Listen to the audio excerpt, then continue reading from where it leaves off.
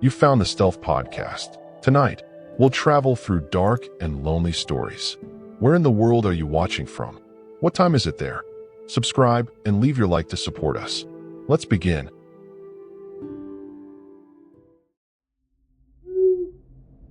My name is Ethan Mercer, and I'm 32 years old. I've been living in Minneapolis for the past decade, but my wanderlust finally got the better of me.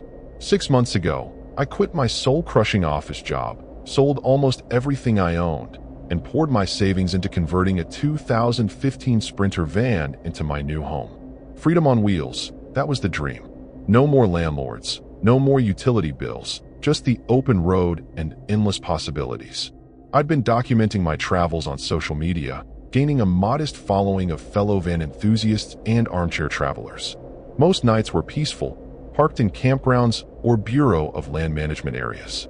But sometimes, when routes were long and fatigue set in, I'd find secluded spots to boondock, stealth camping, as they call it in the van life community.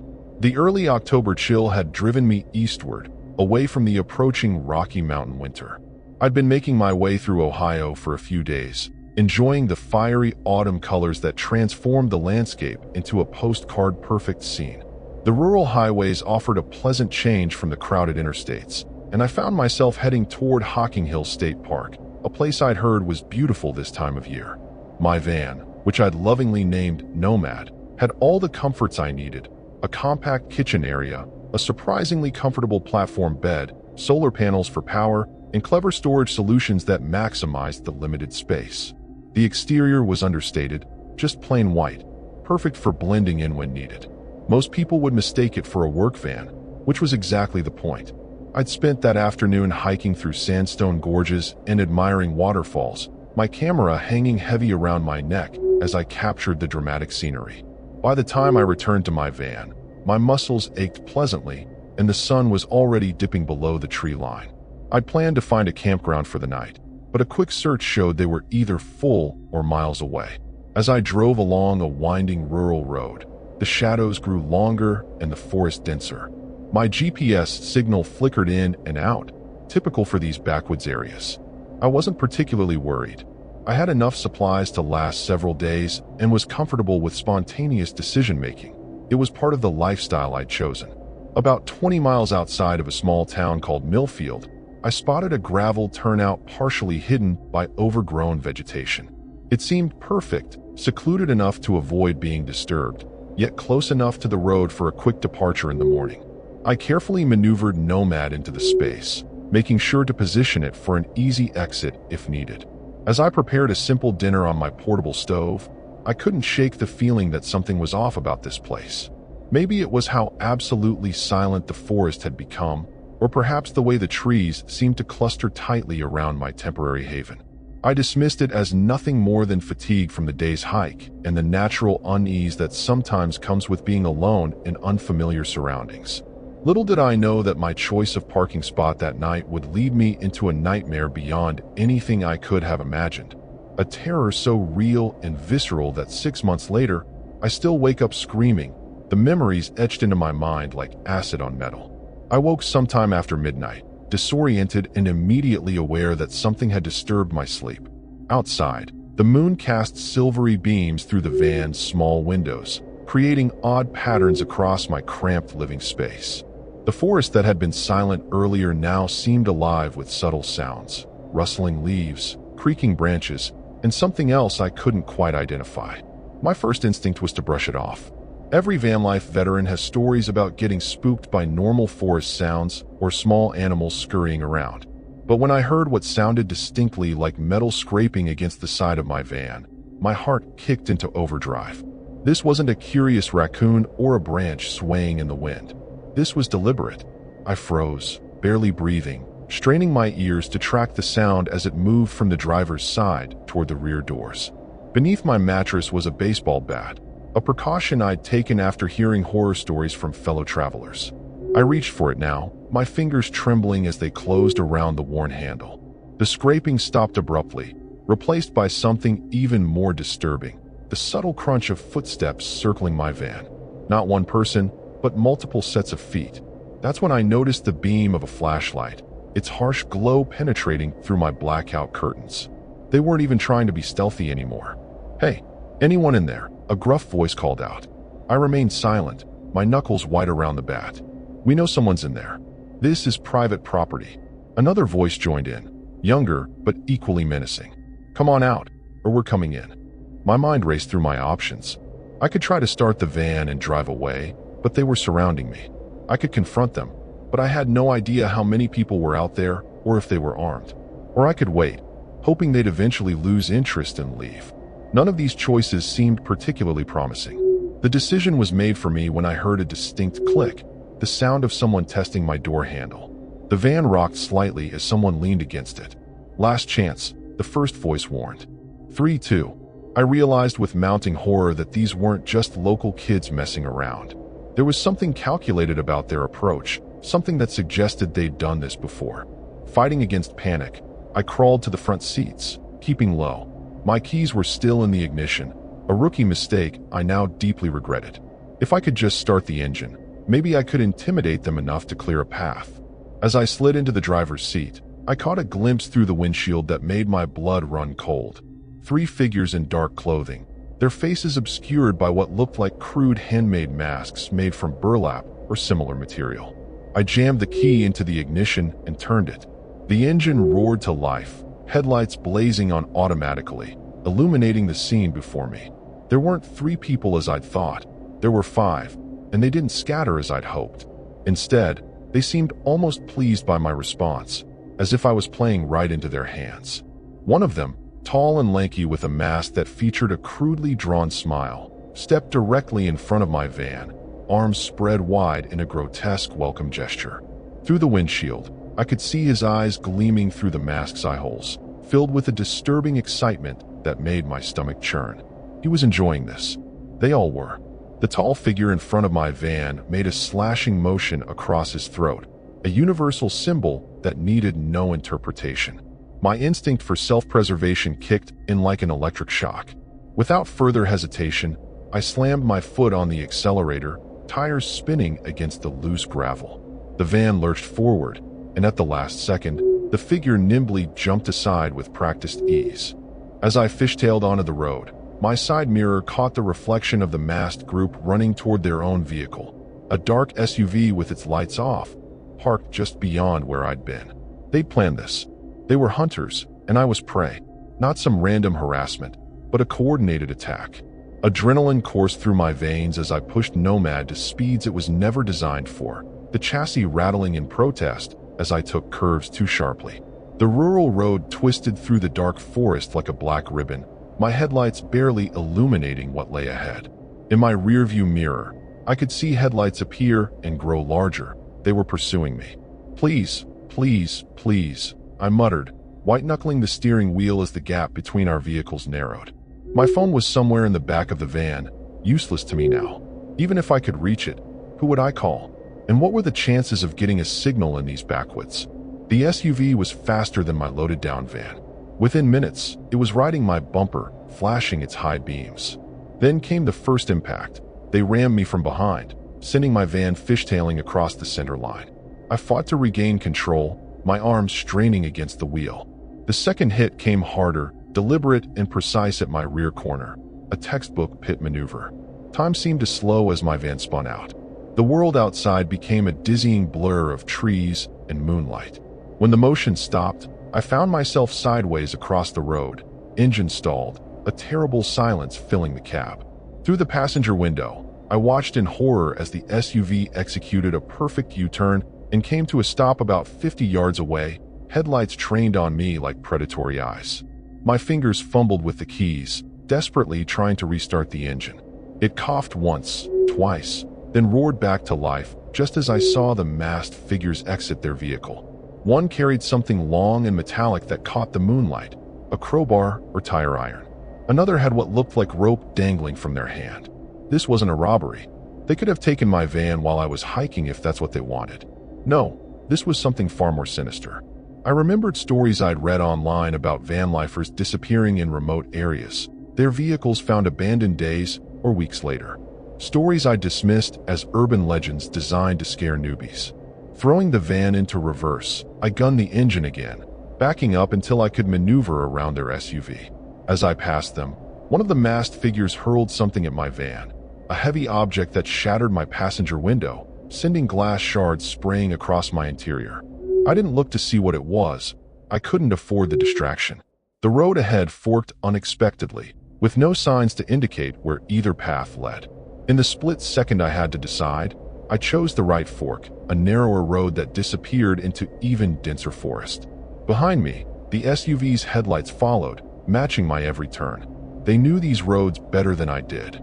This was their territory, and I was driving deeper into it. My van shuddered as we hit an unpaved section, dirt and rocks pinging against the undercarriage. The road narrowed further, tree branches scraping against the sides like skeletal fingers trying to hold me back. The SUV had fallen back slightly, its lower clearance making the rough terrain more challenging, but it was still coming, still hunting. It was then that I saw the structure ahead, an old covered bridge spanning what appeared to be a ravine. It looked ancient and possibly unsafe, but it was my only path forward. As I approached, I realized with growing dread that the bridge might be too narrow for my van, and even if it fit, there was no guarantee the aged timbers could support the weight. The bridge loomed before me, a dark maw ready to swallow my van whole. In the moment's hesitation, my pursuers gained ground. I had no choice, forward into the unknown or backward into certain danger. I gunned the engine, my van's headlights illuminating the weathered wooden entrance of the covered bridge. The walls were so narrow that my side mirrors scraped against them, shooting sparks in the darkness. Halfway across, I heard an ominous crack beneath my wheels. The ancient structure groaned under my van's weight, boards shifting and splitting. Through my rearview mirror, I watched as the SUV stopped at the bridge's entrance. They weren't following, either out of caution for the bridge's stability or because they knew something I didn't. The answer came seconds later when I burst through the exit only to find the road ended abruptly in a turnaround. This wasn't a through road, it was a dead end. The bridge was the only way in or out. My stomach dropped as I realized I'd driven myself into a perfectly laid trap. Killing my headlights, I quickly pulled Nomad behind a dense cluster of trees, hoping the darkness and foliage would provide temporary concealment. I could see the SUV still idling at the bridge entrance, its occupants likely discussing their next move. They were patient, methodical. They knew they had me cornered. With trembling hands, I searched frantically for my phone, finally locating it wedged between the seats. No signal, as expected. I was completely cut off from the outside world. The baseball bat now seemed woefully inadequate against multiple assailants, especially if they were armed. I needed a plan, and fast. Rummaging through my supplies, I grabbed a flashlight, my multi-tool, and a canister of bear spray I'd purchased for my travels out west. I pulled on my boots and jacket, slipping the van key into my pocket. The terrain beyond the turnaround sloped downward. Perhaps if I could make it down to the ravine the bridge spanned, I could follow the water to civilization or at least to a place with cell reception. As I prepared to abandon my home on wheels, I saw headlights moving across the bridge. They'd made their decision. My time had run out. With one last look at the van that had been my sanctuary for the past 6 months, I slipped out the rear doors and into the pitch-black forest. The cool October air bit at my face as I picked my way down the steep embankment, using trees to steady myself.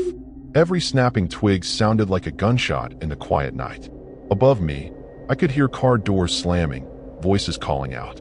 A powerful flashlight beam cut through the trees, sweeping back and forth, searching. "He's left the van," one of them shouted. "Spread out. Check the ravine." I quickened my pace, half sliding down the increasingly steep slope. My foot caught on an exposed root, sending me tumbling the last 15 feet. I landed hard, pain shooting through my ankle. Biting back a cry, I dragged myself behind a large boulder just as flashlight beams appeared on the ridge above. The ravine was wider than it had appeared from the road, with a shallow creek running through its center.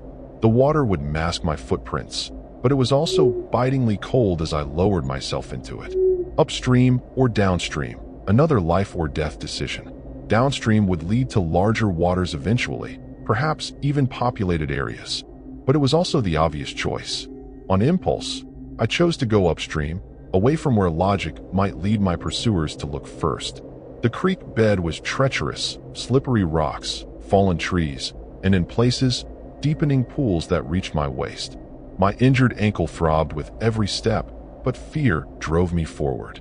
Behind me, I could hear them descending into the ravine, their lights bouncing wildly as they navigated the steep terrain. One voice rose above the others, controlled and commanding. "Remember, we want him alive. The others are waiting." Others? The implication sent ice through my veins colder than the creek water. This wasn't just about me or my van. This was something organized, something that had claimed victims before. I thought of the missing Vanlifers from those online stories, wondering with nauseating clarity if their fates were what awaited me if I were caught. The creek bent sharply around a large outcropping of rock, and as I rounded it, I saw something that stopped me dead in my tracks. There, partially hidden among the trees on the bank, was a cabin. No lights shone from within, but smoke curled from its chimney into the night sky. Someone was there, but were they a potential savior or part of the nightmare that was hunting me?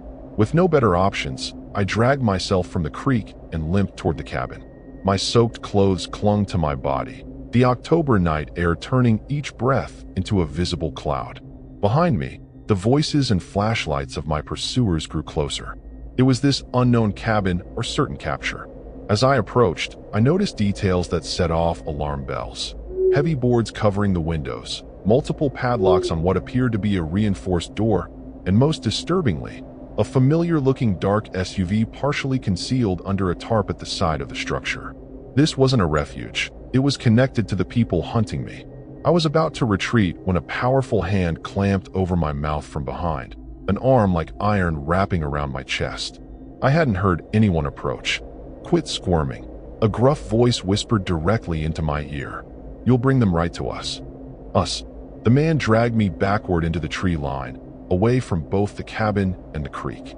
Every survival instinct screamed at me to fight, but my waterlogged clothes and injured ankle left me at a severe disadvantage. Still, I reached for my bear spray, only to find it had slipped from my pocket during my tumble down the ravine. "They're coming this way," my captor whispered, his grip tightening as he pulled me deeper into the darkness. "Those masks, they can't see worth a damn in them. It's their weakness." We crouched behind a fallen tree as two masked figures splashed through the creek where I had been moments before. One pointed toward the cabin, and they changed direction, approaching the structure with practiced caution, weapons raised. "Who are you?" I finally managed to ask when the hand slipped from my mouth. "Name's Deacon," he replied, his face becoming visible in a patch of moonlight, weathered, bearded, with eyes that had seen too much. "I've been tracking these bastards for months. They took my daughter. Her and her boyfriend were traveling in one of those converted vans, just like yours." The revelation hit me like a physical blow. What do they do to the people they take? Deacon's expression darkened. "Rich folks with sick appetites pay to hunt humans on private land about 5 miles from here. Been going on for years. Local cops are either paid off or part of it." My mind reeled at the horror of what he was describing. People being hunted for sport, like animals. "We need to call for help," I stammered. "No reception for miles, by design," Deacon replied grimly. "I've been living in these woods, gathering evidence, looking for their compound. Tonight, I followed them when they left to hunt you." He nodded toward the cabin. "That's one of their outposts. There might be communication equipment inside." A scream suddenly pierced the night. One of the masked figures had triggered some kind of trap near the cabin, a sound that echoed through the ravine. "That'll bring the others," Deacon muttered. "It's now or never." What happened next unfolded with nightmarish clarity. We made a desperate dash for the cabin while the remaining pursuers converged on their injured comrade. Deacon knew exactly where to find a hidden key, suggesting he'd been watching this location for some time. Inside, the cabin was sparse but equipped with a radio system and maps marked with locations of drop sites and hunting zones. Deacon worked the radio while I barricaded the door, but our momentary victory was short-lived. Headlights appeared on the ridge above, reinforcements arriving. As Deacon finally made contact with state police, the first bullets shattered what remained of the cabin's windows. "They know we have evidence now," Deacon shouted over the gunfire. "They can't let us leave alive." What followed was a desperate last stand. Deacon, I learned, was ex-military and had come prepared for this moment. From a hidden compartment, he retrieved a handgun and spare ammunition. "Stay down," he ordered as he returned fire through the broken windows. The siege lasted nearly an hour. I helped as best I could, loading magazines with trembling hands as Deacon held them off. When we heard helicopter rotors in the distance, I dared to hope we might survive. The state police had believed Deacon's desperate call, but in the final minutes before help arrived, a masked figure managed to throw something through a broken window, a homemade incendiary device that exploded into flames. The dry wooden cabin became an inferno within seconds. Deacon shoved me toward a trapdoor I hadn't noticed. "Root cellar," he coughed through the thickening smoke. "Follow the tunnel. It leads to the creek bank." "What about you?" I asked, even as he pushed me down the ladder. "I'll buy you time," he replied, his eyes reflecting the growing flames. "Someone needs to deliver that evidence." He pressed a USB drive into my palm. "Everything I've gathered is on this. Names, locations, photos. Make it count." I wanted to argue, to drag him with me, but another explosion rocked the cabin above. Deacon slammed the trapdoor shut, and I heard him dragging something heavy across it, ensuring I could escape while preventing anyone from following. The narrow earthen tunnel felt endless as I crawled through it, the sounds of gunfire and the roar of flames growing more distant. When I finally emerged on the creek bank, the cabin on the ridge was fully engulfed, a beacon of orange flame against the night sky. Of Deacon, there was no sign. I followed the creek downstream for miles, eventually finding a rural road as dawn broke. A passing farmer took me to the nearest police station, where I surrendered Deacon's USB drive.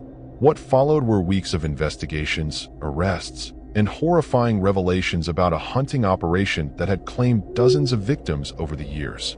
Many of them solo travelers and vanlifers who had simply disappeared without a trace. 6 months later, I still can't sleep through the night. My van sits untouched in my parents' driveway back in Minneapolis. I can't bring myself to sell it, but I can't imagine ever living in it again either. The freedom of the open road has been forever tainted by memories of masked figures and the knowledge of what almost happened to me in those Ohio woods. Sometimes I think about Deacon, wonder if he somehow survived that night. The authorities never found his body in the cabin ruins, though they did identify several of our pursuers who didn't make it out. Perhaps he's still out there in those woods, a guardian angel for unsuspecting travelers who venture too close to dangerous territory. All I know for certain is that there are dark corners in this country where unspeakable things happen, hidden just beyond the reach of civilization. And whenever I see a converted van at a rest stop or campground, I find myself fighting the urge to warn its occupants. Be careful where you park for the night. Be very, very careful.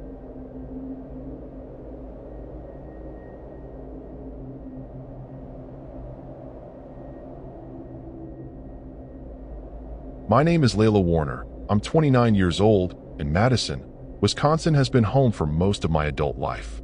At least it was until 3 months ago, when I traded my apartment keys for a steering wheel and my predictable office routine for the unknown. My 2012 Ford Transit had been lovingly transformed into a cozy mobile dwelling over the course of a year. Every weekend spent installing insulation, building custom cabinets, and wiring solar panels. The financial freedom was what initially attracted me to van life. No rent, minimal bills, and the ability to work remotely as a graphic designer meant I could finally pay off my student loans while actually experiencing life instead of just surviving it. My Instagram account documenting the build had gained a modest following, mostly friends and family keeping tabs on my journey, with the occasional fellow van life enthusiast dropping encouraging comments. I'd spent the summer meandering through Michigan's Upper Peninsula and working my way down through Indiana, enjoying the freedom of choosing my backdrops based on whim rather than practicality. Ohio wasn't originally on my itinerary, but a client in Columbus requested an in-person meeting, and I figured it was worth the detour. The meeting went well, and I decided to explore more of the state before heading south for the winter. My Transit, affectionately named Wanderlust, was the perfect size for one person. The interior featured a platform bed that converted to a seating area, a compact kitchen with a sink and portable cooktop, and enough storage for all my essentials. The exterior was painted a subtle navy blue with minimal decals. Stealth was important to me as a solo female traveler.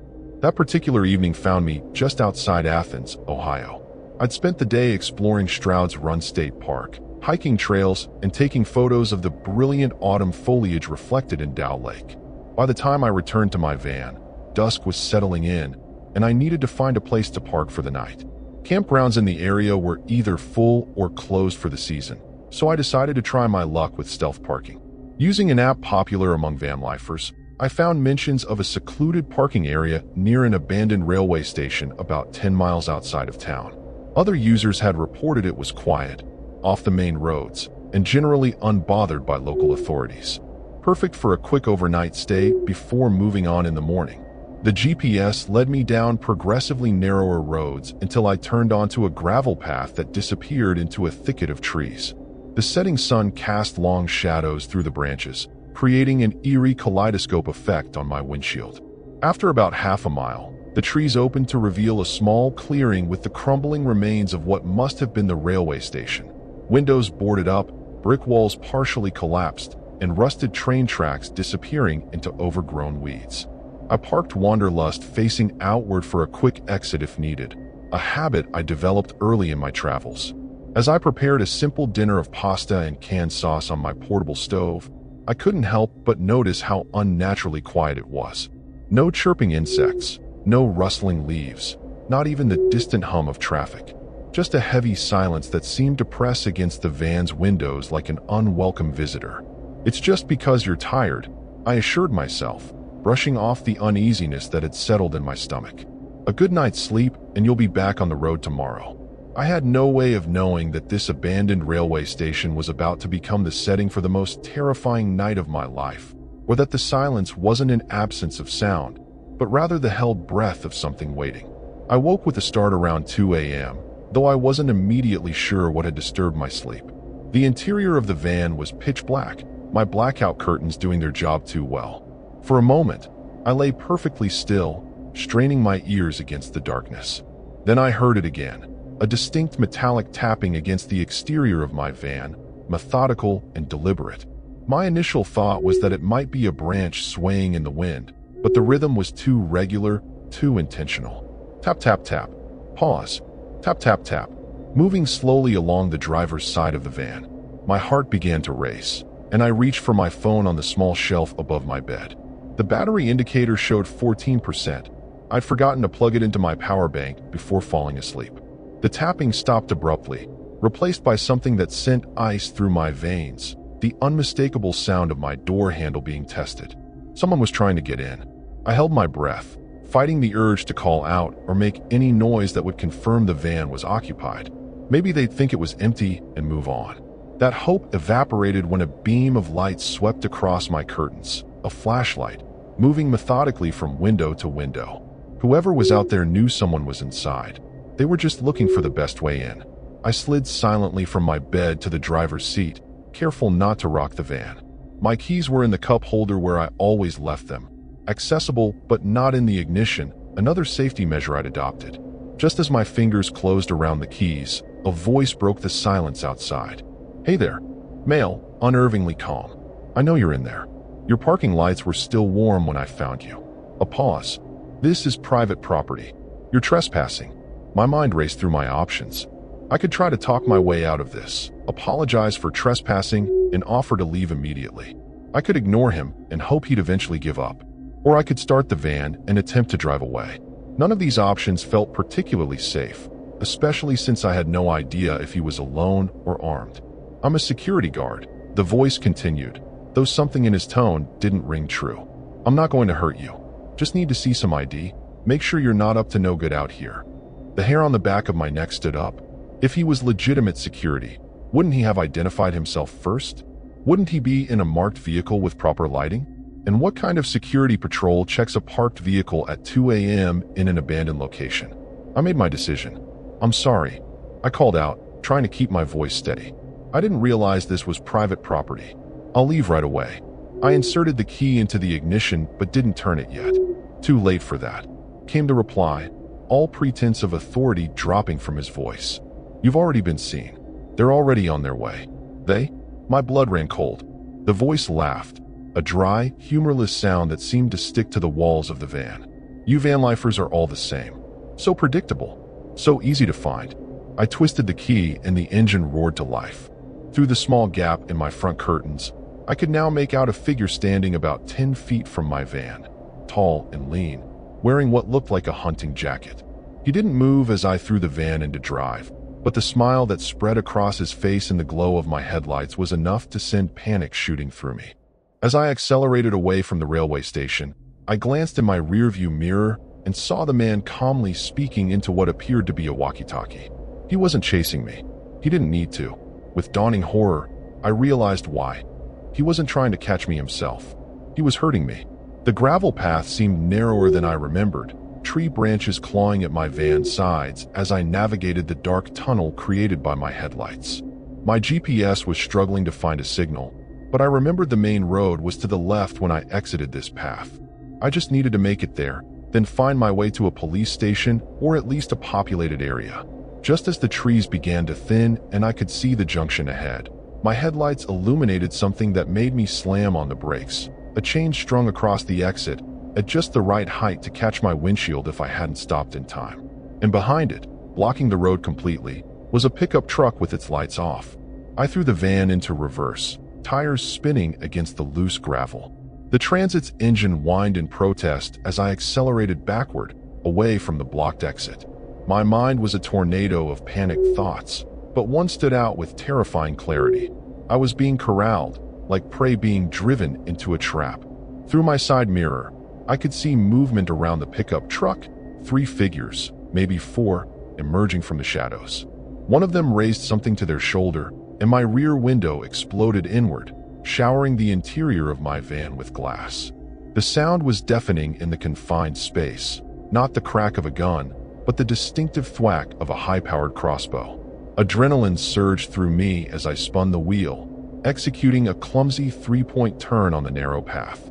I had to get back to the railway station clearing. There had to be another way out. The van fishtailed as I accelerated forward again, branches scraping against the sides like fingernails on metal. My headlights caught the reflective eyes of something in the underbrush, a deer, frozen in fear. I knew exactly how it felt. The clearing appeared ahead, bathed in the silver glow of a moon that had emerged from behind the clouds. As I burst into the open space, my heart sank. The mysterious man was gone, but in his place were 2 more vehicles, another pickup and what looked like an off-road ATV. They had been waiting, watching to see which way I would run. I didn't stop. Instead, I aimed for the most promising gap, a narrow space between the ATV and a cluster of trees. The transit was bulky, but it might just fit. As I accelerated toward it, a figure stepped directly into my path, raising both arms as if commanding me to stop.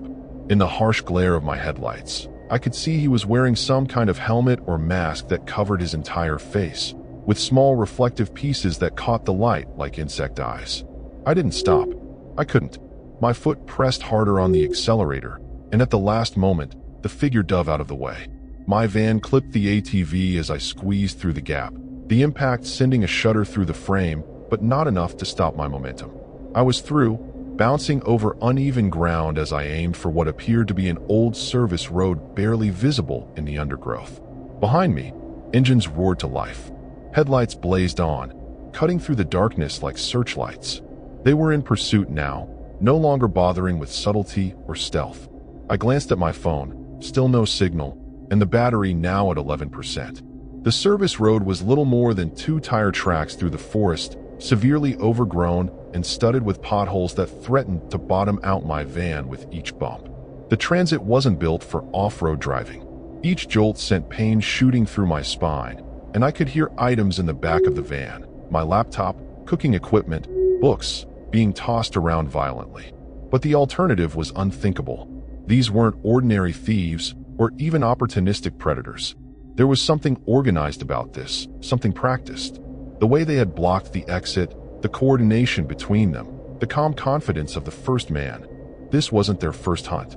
And that's what this was, I realized with sickening clarity. A hunt. And I was the game. The service road curved sharply, and I nearly missed the turn, the van's tires skidding on the loose soil. Behind me, the headlights of my pursuers bounced through the trees, growing closer. They knew these woods. They knew exactly where this road led. Ahead, the trees suddenly opened up, revealing a vast field bathed in moonlight. Some kind of former farmland, perhaps, now overgrown with tall grass and scattered with the silhouettes of agricultural equipment long abandoned. In the center stood what appeared to be an old silo, its cylindrical shape stark against the night sky. I had a split-second decision to make. The service road continued along the edge of the field, back into the trees. But there was also the field itself, open terrain where I could potentially reach higher speeds, but would be completely exposed. Either choice felt like playing into their hands. A sharp crack rang out, and my side mirror disintegrated. Not a crossbow this time. They were shooting at me now, with real guns. The decision was made for me. I jerked the wheel and plunged into the field, tall grass whipping against the undercarriage of the van. Whatever waited ahead couldn't be worse than the bullets behind me. The van bounced and jolted over the uneven ground, threatening to get stuck with each dip and rise. Through my rearview mirror, I could see the pursuers had split up. One vehicle continuing on the service road, the others following me into the field. They were trying to surround me, to cut off any escape route. As I approached the silo, something caught my eye, a glint of metal in the moonlight. A chain-link fence stretching across the field. I was driving straight into a fenced area with no visible exit. The sickening realization hit me like a physical blow. I hadn't escaped their trap. I'd driven right into it. The fence loomed closer, a silvery barrier in the moonlight. At the last possible moment, I spotted a gap, a section where the chain link had been cut and folded back. It was barely wide enough for my van, but it was my only chance. I aimed for it, praying the transit would fit through without getting stuck. Metal scraped against metal as I squeezed through, the fence catching on my roof rack with a screech that set my teeth on edge.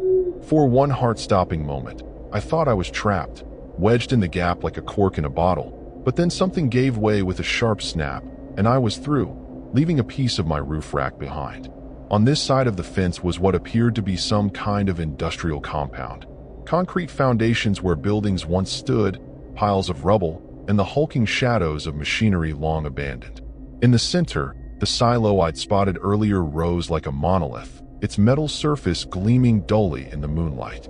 Behind me, the vehicles had reached the fence. I watched in my rearview mirror as figures emerged, their features obscured by those strange reflective masks. One began working on the fence, widening the gap I'd squeezed through. They weren't giving up. They were coming through. I needed to find another way out of this compound, and fast. Navigating carefully around debris and equipment, I circled the perimeter, searching for an exit.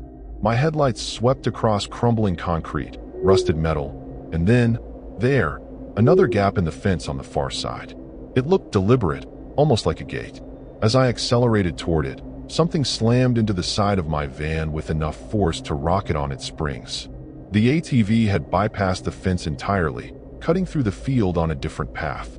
It came at me again, ramming the driver's side door. I swerved hard to avoid a third impact, and that's when my front tire caught in what felt like a ditch or trench. The van lurched sickeningly, then settled at an angle. The engine was still running, but when I pressed the accelerator, the wheels spun uselessly. I was stuck. Through my windshield, I could see the headlights of the other vehicles now making their way through the widened gap in the fence. They would be on me in minutes. I had to abandon the van. Grabbing my phone, a flashlight, and my small emergency backpack containing water, a first aid kit, and a multi-tool, I slipped out the passenger side door, the one furthest from the approaching ATV. The driver of the ATV spotted me and gunned the engine, but I was already sprinting toward the silo. It was the only structure still fully standing in the compound, and my desperate mind reasoned it might offer some kind of shelter or hiding place. The silo's entrance was a rusted metal door, hanging partially off its hinges. I squeezed through the gap, the jagged metal tearing at my jacket. Inside was pitch black, the air thick with the smell of damp concrete, and something else, something chemical and sharp that burned my nostrils. I clicked on my flashlight, keeping the beam pointed downward to minimize its visibility from outside. The interior of the silo was mostly empty, save for some debris on the floor and a metal ladder bolted to the curved wall, leading up to platforms that ringed the interior at various heights.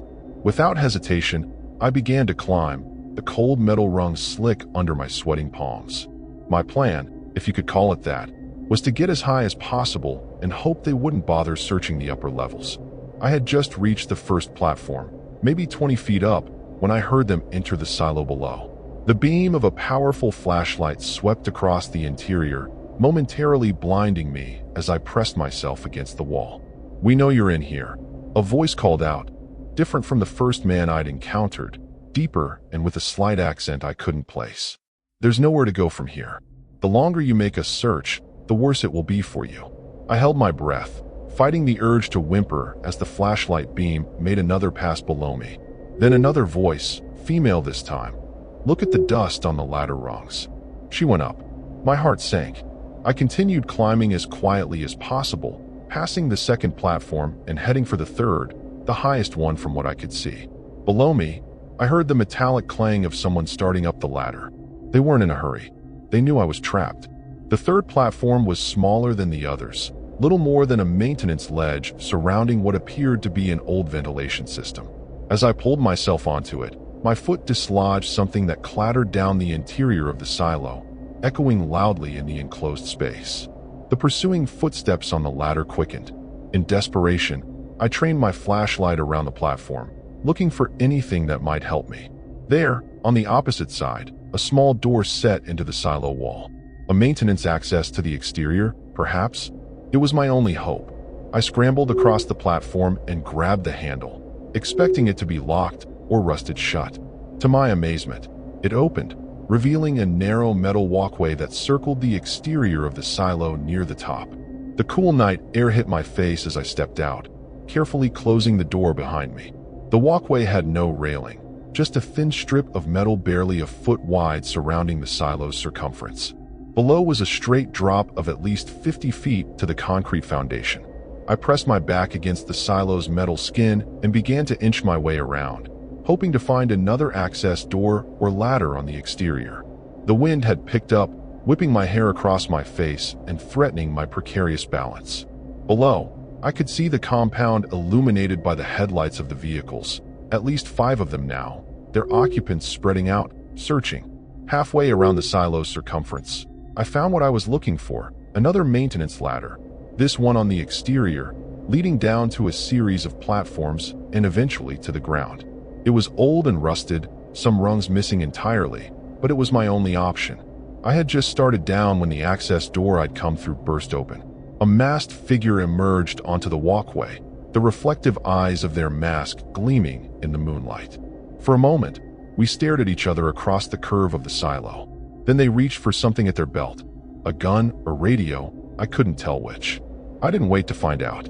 I scrambled downward on the exterior ladder, no longer concerned with silence, focused only on speed.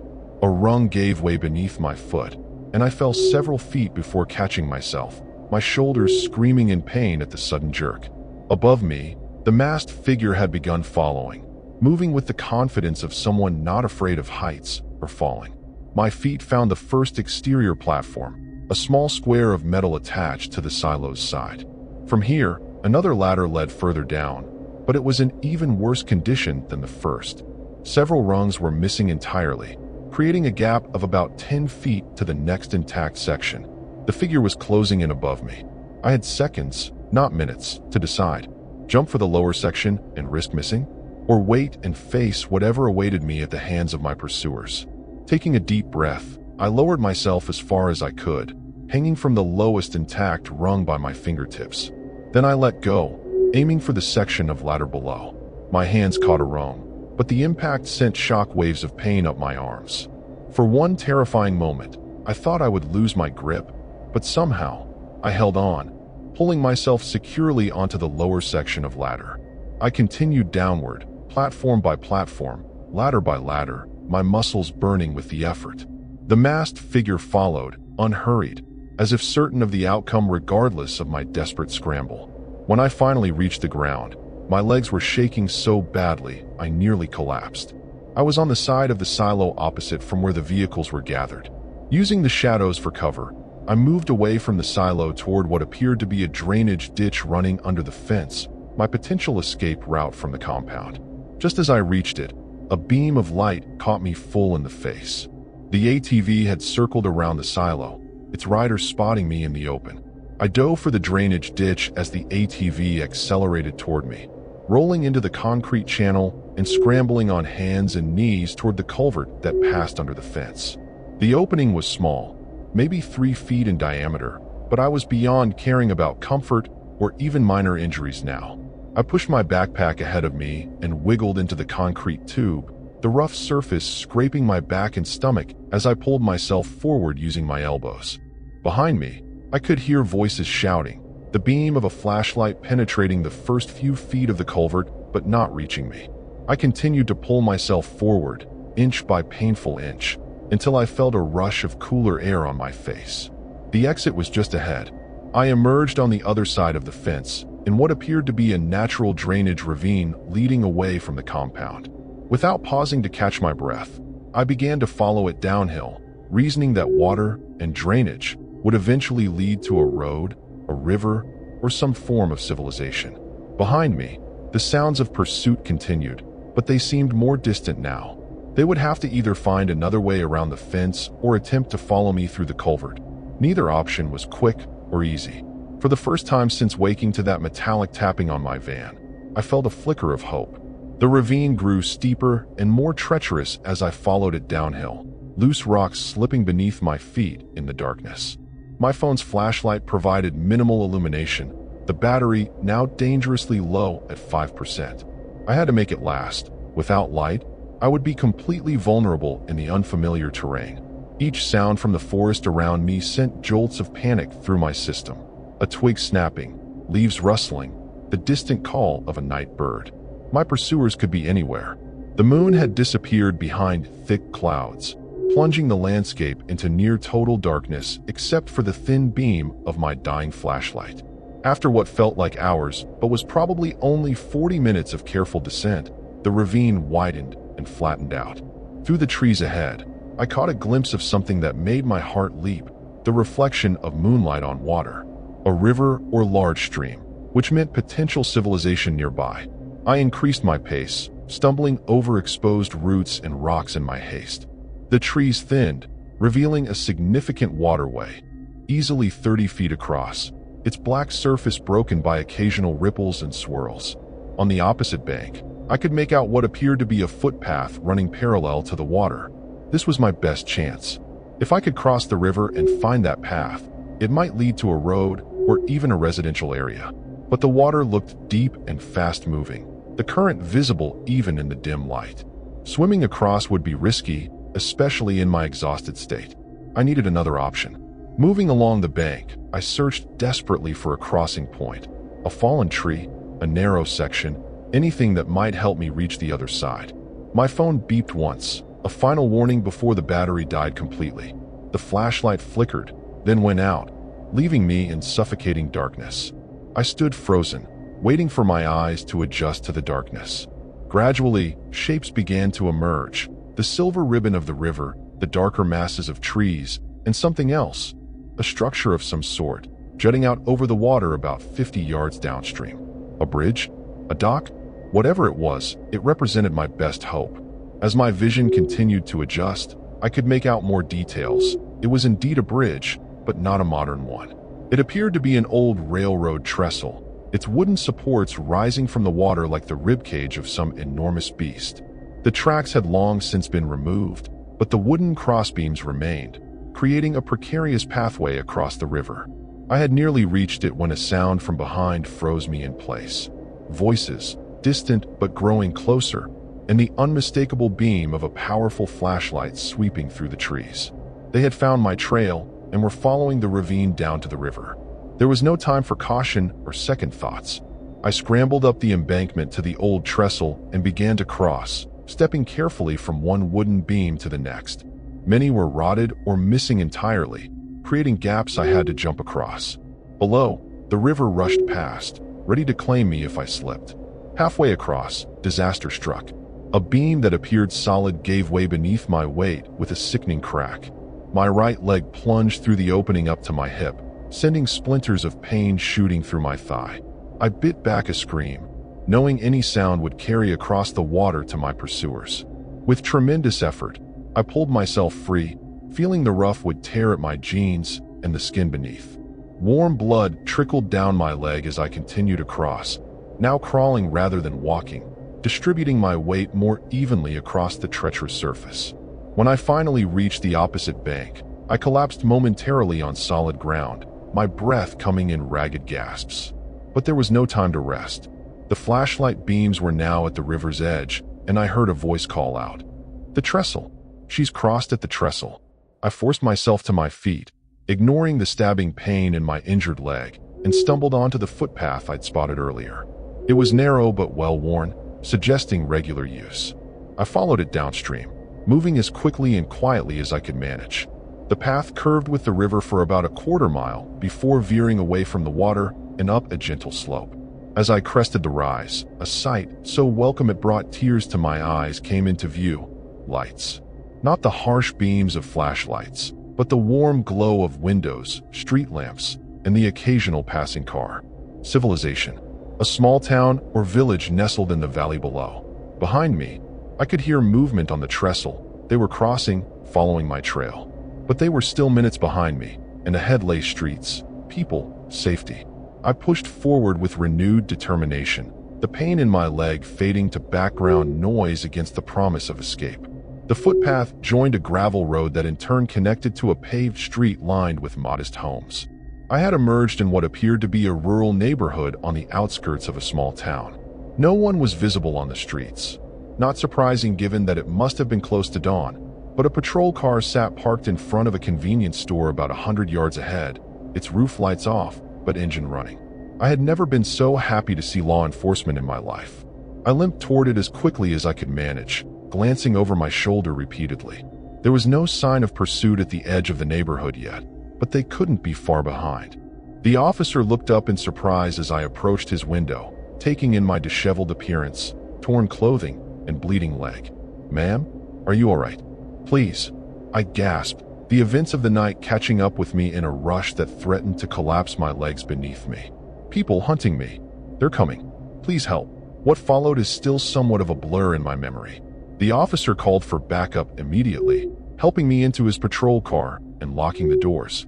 Within minutes, more police vehicles arrived, and I watched through the window as officers with flashlights moved toward the tree line where I had emerged. They found no one. By the time a proper search was organized, my pursuers had vanished back into the forest. The convenience store clerk brought me a bottle of water and a first aid kit for my leg while I gave my statement to an increasingly skeptical-looking detective.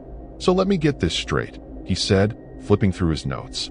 "Multiple individuals in masks chased you through the woods, rammed your van, shot at you, and hunted you like an animal? And you have no idea why they targeted you specifically?" Put that way, I understood his skepticism. I sounded delusional, traumatized, or worse. "My van," I insisted. "It's still there, at that abandoned industrial site. It has damage from the ATV ramming it. And there's the crossbow bolt that shattered my back window." The detective nodded, but I could tell he wasn't entirely convinced. "We'll send officers to locate your vehicle, Ms. Warner. In the meantime, you should get that leg looked at. Then we'll need you to come by the station to make a formal statement." They found my transit the next day, but not where I had left it. It was parked at a rest stop just outside Athens, keys in the ignition, with no sign of damage, no shattered window, no dents from the ATV, nothing to corroborate my story. The detective called to inform me that they had recovered my abandoned vehicle and suggested that perhaps I had become disoriented while hiking and imagined or exaggerated the events of the night. But they hadn't been able to erase everything. In the hospital where they treated my leg, the doctor noted that the lacerations were consistent with splintered wood, exactly as I had described from falling through the trestle. And more telling, embedded in one of the deeper cuts was a tiny metal fragment that didn't match any known medical cause. When the lab results came back, they identified it as a piece of a specialized reflective material used in certain types of tactical gear, specifically the kind that might be used to create those insect-like reflective eyes I had seen on the masks of my pursuers. It wasn't enough to convince the authorities to launch a full investigation. They filed my report, returned my van, and suggested I might want to seek counseling for possible trauma or hallucinations. I didn't argue. I simply took my van, drove straight to a dealership in Columbus, and sold it for whatever they would give me. I bought a plane ticket back to Madison the same day, using the last of my savings. The van life dream was over for me. 3 months later, I still wake up in cold sweats, hearing that metallic tapping on my window. I've moved apartments twice, changed my phone number, and deleted all my social media accounts. The online van life community has a new cautionary tale. Rumors of my experience have spread, usually dismissed as urban legend or the ramblings of someone who couldn't handle the realities of nomadic living. But sometimes, late at night when I can't sleep, I search online for news reports from that area of Ohio. I've found 3 missing persons cases in the past year alone, all solo travelers, all last seen in their vehicles in rural areas, all unsolved. I know what happened to them.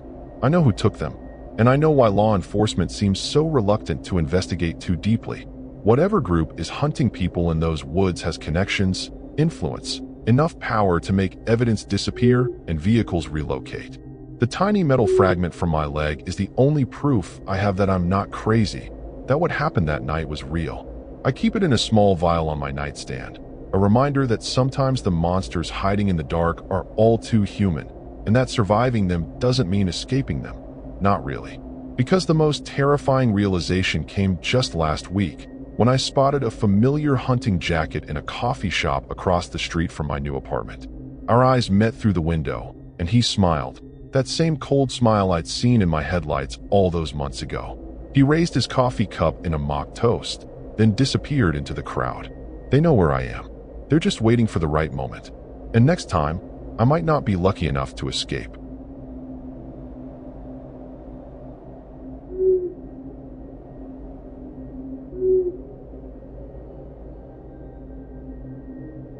I'm Ethan Caldwell, 29 years old, and I live in Columbus, Ohio.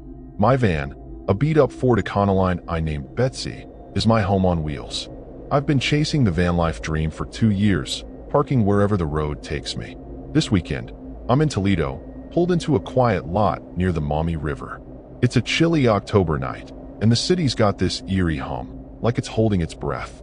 I'm not alone. My buddy Marcus, a 32-year-old mechanic from Dayton, tagged along. He's sprawled on the fold-out bed, snoring loud enough to wake the dead. I'm sipping coffee, scrolling through my phone, when the horror of what's coming hasn't even crossed my mind. The lot's near an old warehouse district, all rusted steel and broken windows. I picked it because it's free and off the radar. Nobody bugs you here, or so I thought. Betsy's parked under a flickering streetlight, casting weird shadows on the cracked pavement. I've got my curtains drawn, but the light sneaks through, making the van feel like a fishbowl. Marcus mumbles something in his sleep, probably about the burgers we grilled earlier. I laugh, but there's this uneasy knot in my gut. Maybe it's the coffee, or maybe Toledo's just got that vibe tonight. I checked the locks twice, a habit from too many sketchy nights on the road. The van's my fortress, solar panels, a tiny fridge, and a bed that creaks like it's haunted. Marcus calls it a hippie tank, but I love it. Outside, the river's close enough I can smell the damp earth. It's peaceful, but there's something off. Like when you're a kid, and the basement feels too quiet. I shake it off, chalk it up to being tired.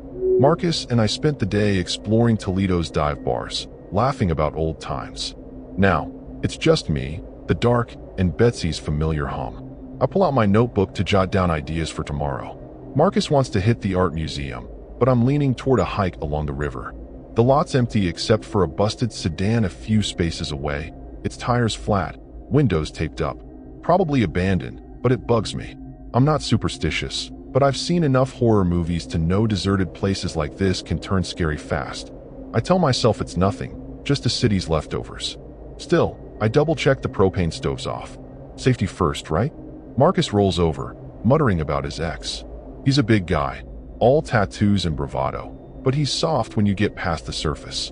We met at a Vanlife meetup last year, bonded over cheap beer and stories of breakdowns. He's the kind of friend who'd give you his last dollar, but forget where he parked his van. I grin, thinking about him locking himself out last month. The memory's warm, but it doesn't shake the chill creeping up my spine.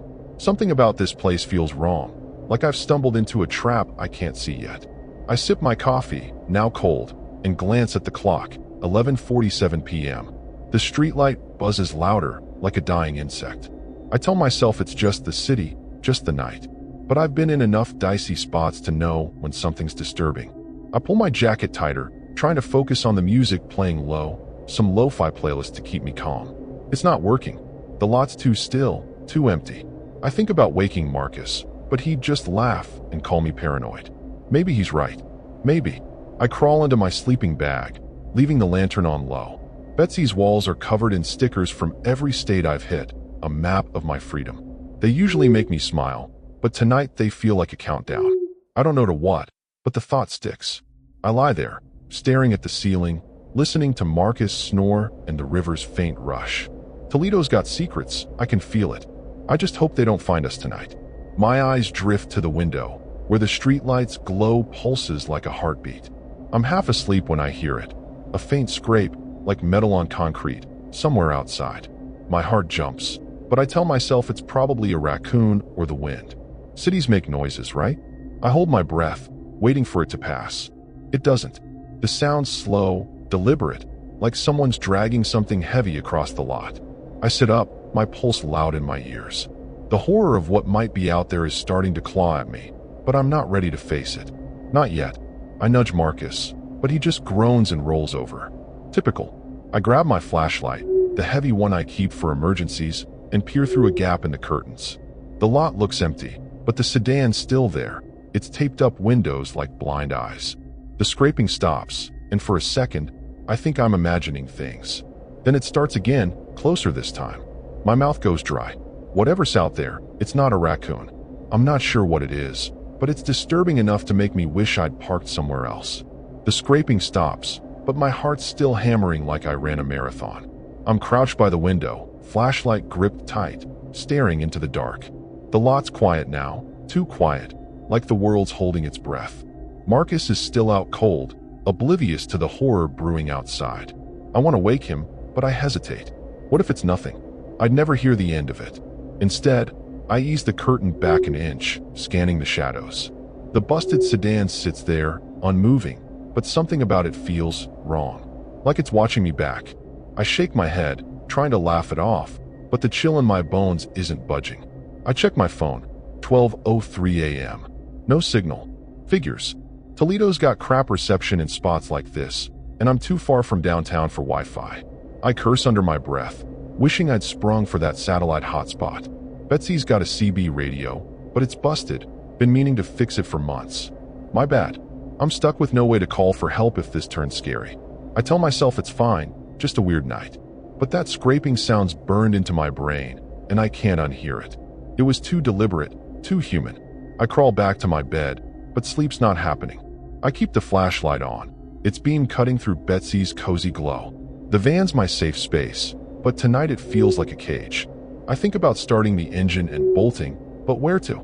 Another lot. A Walmart parking lot safer, but it's miles away, and I'm low on gas.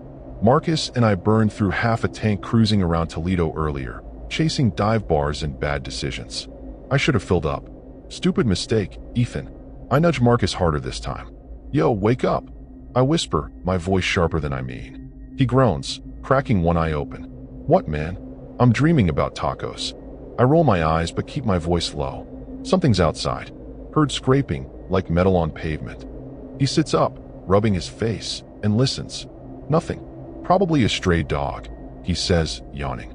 But he grabs his boots anyway, sensing I'm not messing around.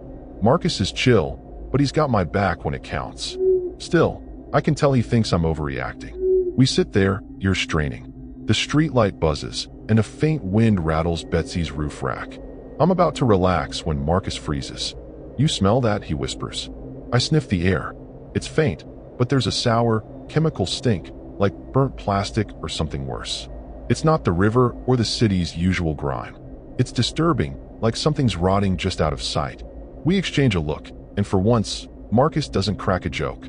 The horror of not knowing what's out there is starting to hit him too. I grab my multi-tool, flipping out the knife. It's not much, but it's better than nothing. Marcus pulls a tire iron from under the bed. Guy's always prepared for a fight. We're not heroes, just two idiots in a van, but we're not going down easy.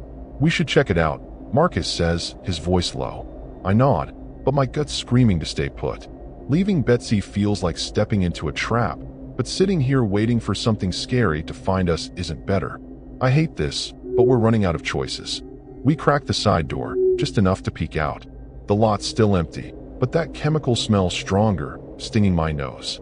The sedan's closer than I remember, or maybe I'm losing it. Its windows are taped with duct tape, but one strip's peeled back, like someone tore it off. My stomach twists. That car was abandoned, right? I whisper. Marcus doesn't answer, just grips his tire iron tighter. The scraping hasn't come back, but there's a new sound now. A low, uneven hum, like a machine struggling to start. It's coming from the sedan. I'm sweating despite the cold.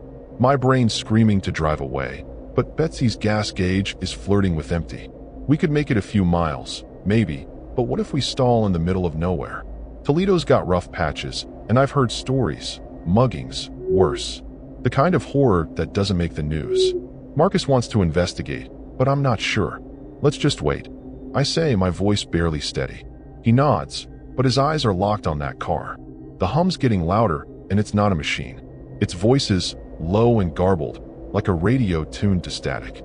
I slam the door shut, locking it fast. My hands shake as I pull the curtains tight. Marcus doesn't argue, but he's tense, like a coiled spring. We're both thinking the same thing.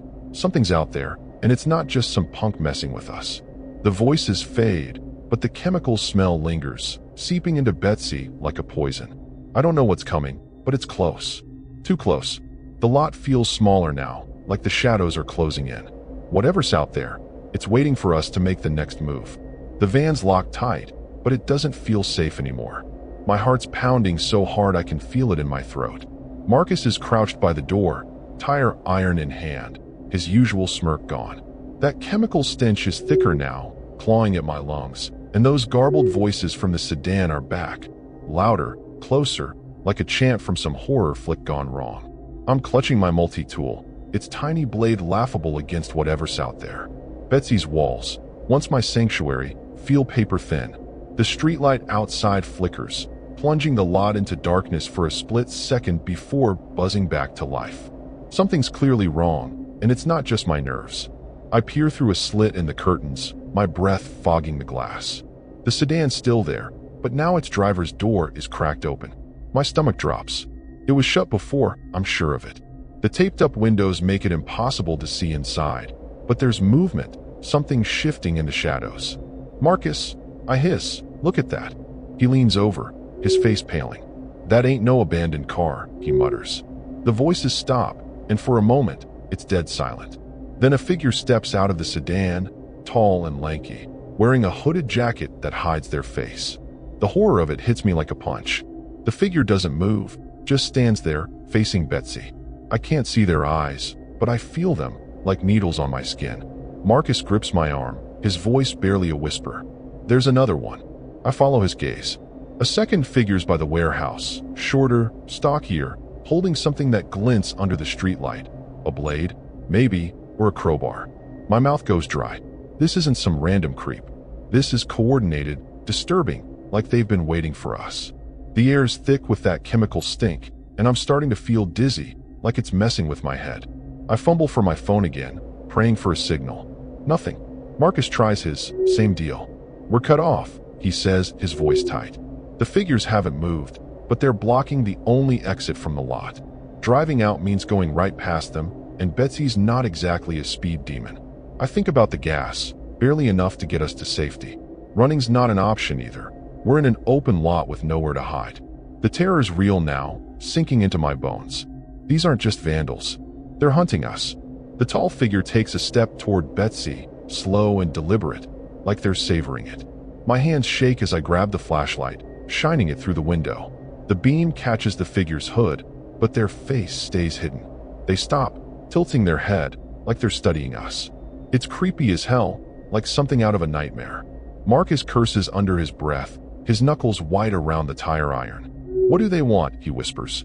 I don't know, but I'm thinking of every scary story I've heard about Toledo. Disappearances, shady deals in abandoned lots. This feels like one of those. The shorter figure by the warehouse starts moving too, circling the lot like a wolf. They're cutting off our angles, boxing us in. The chemical smells so strong I gag, and Marcus coughs, covering his mouth. What is that? He rasps. I don't know, but it's not normal. It's like something's burning, or worse, like they're using it to mess with us. My head's foggy, my thoughts sluggish. I remember a news story about hazmat spills in Ohio, how they made people sick. This feels like that, but deliberate. The horror of being trapped like this is suffocating. I slam the flashlight down, trying to think. We can't stay here, I say, my voice cracking. Marcus nods, but his eyes are wild, like he's one step from panic. The tall figure's closer now, maybe 20 feet away, and I catch a glimpse of something in their hand. A canister, maybe, or a bottle. The shorter one's still circling, their weapon glinting.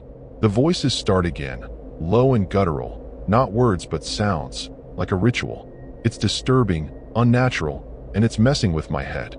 I'm not religious, but I'm praying we get out of this. We're out of time. I grab the keys, my hands slick with sweat. We gotta drive, I say, but Marcus shakes his head. They'll block us. He's right, but sitting here's worse. The figures are closing in, and the chemical haze is thickening, making my eyes water. I think about ramming the sedan, but Betsy's no tank. The terror's peaking, my chest tight with fear. I start the engine anyway, the rumble loud in the quiet lot. The tall figure jerks, like they weren't expecting it. For a second, I think we've got a chance. Then the shorter figure sprints toward us, faster than I thought possible. They're not just coming for us, they're coming for blood. The tall one raises their canister, and a sickly yellow mist sprays out, drifting toward Betsy. My heart stops. This isn't just a scare. This is life or death. The voices rise, a twisted chorus, and the lot feels like it's shrinking, the shadows swallowing us whole. I grip the wheel, my mind racing for a way out, but the horror of what's coming is all I can feel. Betsy's engine roars, but the yellow mist is creeping closer, curling around the van like a living thing. My eyes burn, and Marcus is coughing hard, his face red. The tall figure's still spraying that canister, while the shorter one's almost at the van, their blade gleaming with intent. I slam Betsy into gear, my hands shaking so bad I nearly stall her. Hold on, I yell, flooring it. The tires screech, and we lurch forward, straight toward the sedan. The horror of crashing doesn't compare to the terror of staying put. Those figures aren't human anymore. They're predators, and we're the prey.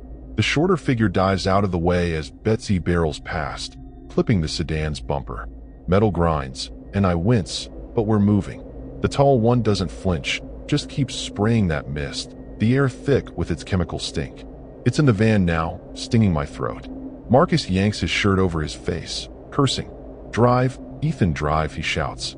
I swerve around the sedan, the lot's exit in sight, but the mist is everywhere, clouding my vision. It's like driving through a nightmare, the kind of scary shit you don't wake up from. I hit the main road, Betsy's tires squealing on asphalt. The figures are behind us, but I catch them in the rear view, sprinting after us like they're possessed. My heart's in my throat. This isn't normal. Nobody runs that fast, not with that kind of purpose. Toledo's streets are empty, the city asleep, and I'm flying blind. No GPS, no plan. The gas gauge is screaming empty, the needle kissing red. I should have filled up, damn it. The terror of running out of fuel in the middle of this chase is crushing me, but I can't stop now. Marcus is twisting in his seat, watching the road behind us. They're still coming, he yells, his voice cracking. I glance back, two shapes in the distance, moving too fast, their silhouettes distorted by the mist. The chemical haze is fading, but my head's still foggy, my lungs aching. I think of those news stories about toxic spills, how they mess with your mind. This feels like that, but worse, like these freaks weaponized it. The horror of not knowing what they want, or what they'll do if they catch us, is driving me insane. I take a hard left onto Cherry Street, hoping to lose them in Toledo's maze of side roads. Betsy's rattling, her engine whining like she's begging for a break. I'm begging too, silently, for a gas station, a cop, anything. The streets are a blur, warehouses, empty lots, a few flickering neon signs. Marcus grabs the tire iron again, his knuckles white. If they catch us, I'm taking one down, he says, half brave, half terrified. I nod, but I'm focused on the road, praying we don't hit a dead end. This is life or death, no question. The figures are gone from the rear view, but I don't trust it. They could be cutting through alleys, flanking us. I remember a true crime show about a gang in Ohio that hunted people for sport, luring them to isolated spots. This feels like that, only scarier, more disturbing. I push Betsy harder, ignoring the gas warning light blinking like a heartbeat. We pass a 24-hour diner, its lights glowing, but I don't stop. Pulling over now feels like signing our death warrants. The mist scent lingers, a reminder of how close we came. I spot a sign for I-75, the highway out of Toledo. It's a risk. Open road means nowhere to hide, but staying in the city's worse. I gun it, merging onto the ramp, Betsy shaking like she's about to fall apart. Marcus is quiet now, his eyes locked on the side mirror. "You think we lost them?" he asks, voice low. I don't answer. The terror's still there, a weight on my chest. The highway's dark, just us and the occasional semi.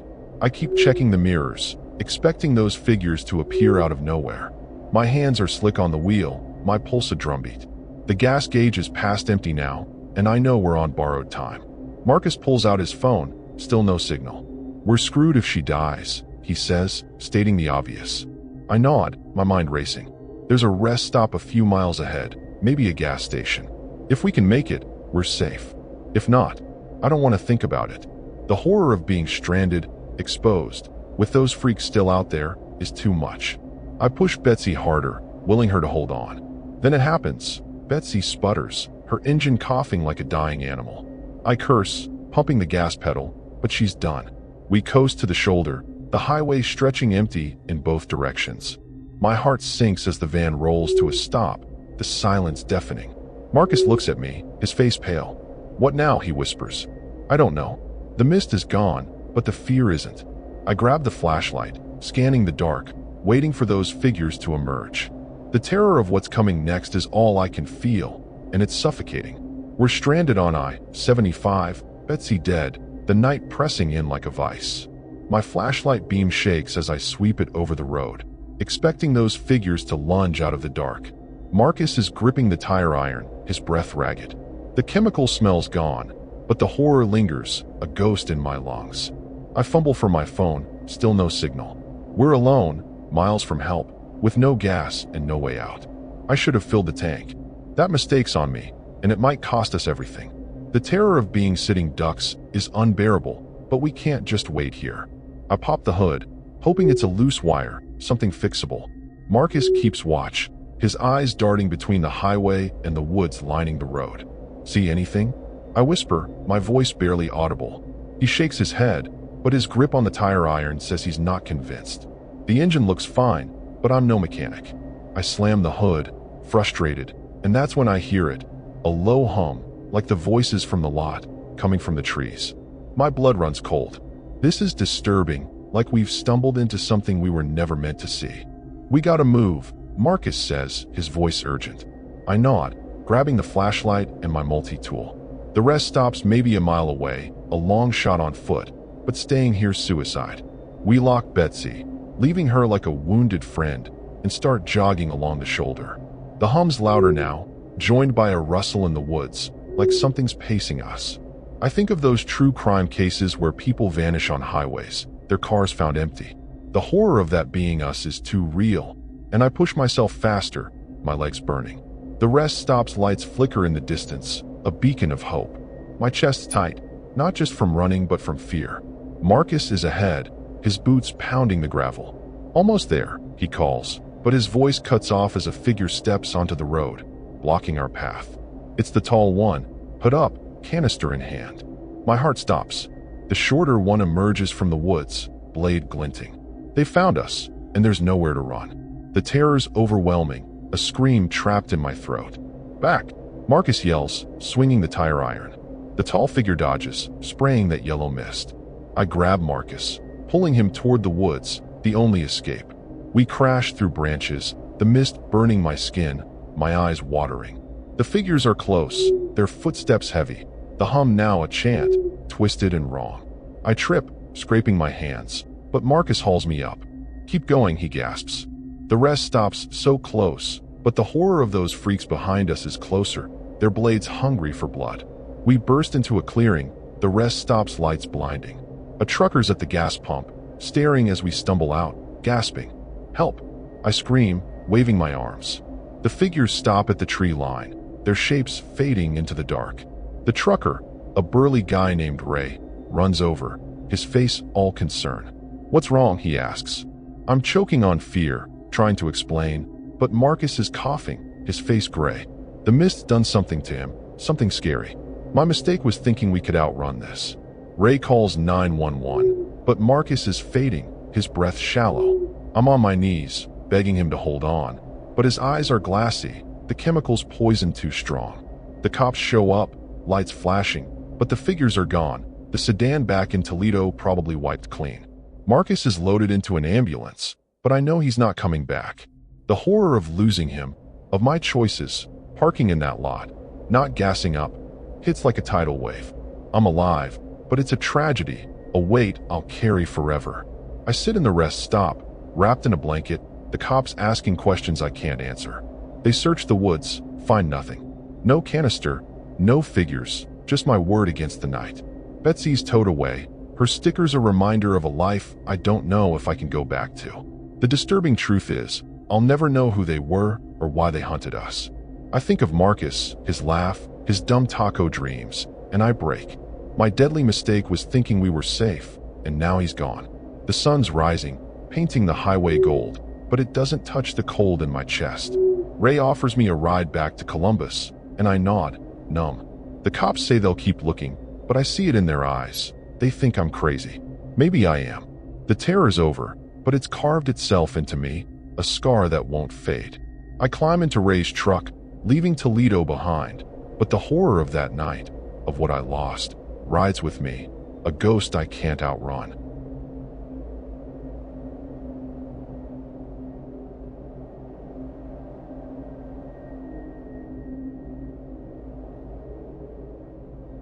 I'm Lena Harper, 27 years old, and I call Columbus, Ohio home. My van, a retrofitted Sprinter named Juniper, is my ticket to freedom. I've been living the van life for a year, chasing open roads and quiet nights. Tonight, I'm parked in Toledo, in a secluded lot near the Ottawa River, just off a run-down industrial strip. It's a crisp November evening, and the air's got that sharp, wet bite. My friend Tara, a 30-year-old photographer from Cincinnati, is with me, curled up with her camera, editing shots. The horror of what's waiting out there hasn't hit us yet, and I'm just sipping tea, feeling at peace. The lot's tucked behind a shuttered factory, all cracked concrete and faded graffiti. I found it on a Vanlife app, supposedly safe, out of sight. Juniper's parked under a lone sodium light, its orange glow painting the van's wood paneling warm. Tara's humming some indie tune, her laptop screen casting blue flickers. We spent the day shooting photos at Toledo's botanical gardens, laughing over burnt campfire marshmallows. Now, it's just us, the river's murmur, and the city's distant pulse. It's cozy, but there's a prickle on my neck I can't shake. I check Juniper's locks, a ritual born from too many nights in sketchy spots. The van's my haven, solar-powered, with a tiny sink and a bed piled with quilts. Tara calls it my boho bunker, and I grin at the jab. Outside, the factory looms, its broken windows like dark eyes. There's a dumpster nearby, overflowing with junk, and a rusted chain-link fence separating us from the river. It's not pretty, but it's free, and I'm all about saving cash. Still, something about this place feels off, like it's waiting for something. Tara stretches, yawning. "You ever get creeped out parking in places like this?" she asks, half joking. I shrug, playing it cool, but her words hit a nerve. I've had close calls, drunks banging on my door, weirdos circling lots, but nothing serious. Yet tonight, the quiet feels heavy, disturbing, like the calm before a storm. I brush it off, chalking it up to the spooky river vibe. Tara's already back to her photos, oblivious. I wish I could relax like her, but my gut's whispering trouble. I pull out my journal, scribbling plans for tomorrow. Tara wants to shoot the old bridges downtown, but I'm craving a hike. The lot's empty except for a pile of tires stacked by the fence, probably dumped ages ago. They bug me, though, like they're hiding something. I laugh at myself. Too many horror movies, Lena. But I double-check the propane heaters off, just in case. Safety's my thing, especially after a friend's been caught fire last year. No risks, no regrets, right? Tara's laptop dings, and she groans. No Wi-Fi. This place is a dead zone. I check my phone. Same deal, no bars. Figures. Toledo's got spots like this, cut off from the world. Juniper's got a radio, but it's mostly static out here. I'm not worried. Not yet, but the isolation's nagging at me. Tara's unfazed, joking about going off-grid chic. She's fearless, always chasing the perfect shot, but she's not a planner. That's my job, and I'm starting to wonder if picking this lot was a mistake. I sip my tea, now lukewarm, and glance at the clock, 10:52 p.m. The sodium light buzzes, flickering like it's on its last legs. I tell myself it's just the city, just another night. But there's something disturbing about how still everything is. I think about waking Tara to move lots, but she'd roll her eyes and call me paranoid. Maybe I am. I crawl into my sleeping bag, leaving the lantern on low. Juniper's walls are lined with Polaroids from my travels, each one a memory. They usually ground me, but tonight, they feel like a taunt. I'm drifting off when I hear it, a sharp clink, like glass breaking, somewhere near the dumpster. My eyes snap open, heart kicking up. I tell myself it's a raccoon or a bottle rolling off the pile. Cities are noisy, right? But the sound comes again, louder, followed by a low, muffled thud. My mouth goes dry. This isn't an animal. It's too deliberate, too human. The horror of what might be out there is creeping in, but I'm not ready to face it. I lie still, listening, hoping it stops. Tara's still asleep, her breathing soft. I grab my flashlight, the heavy one I keep by the bed, and ease toward the window. My hands shake as I nudge the curtain aside. The lot looks empty, but the tires by the fence are different, shifted like someone moved them. The dumpster's lid is up, which I don't remember from earlier. My pulse races. Something's out there, and it's close. I don't know what, but it's scary enough to make me wish I'd parked anywhere else. The clinking stops, but my pulse is still racing like I've sprinted a mile.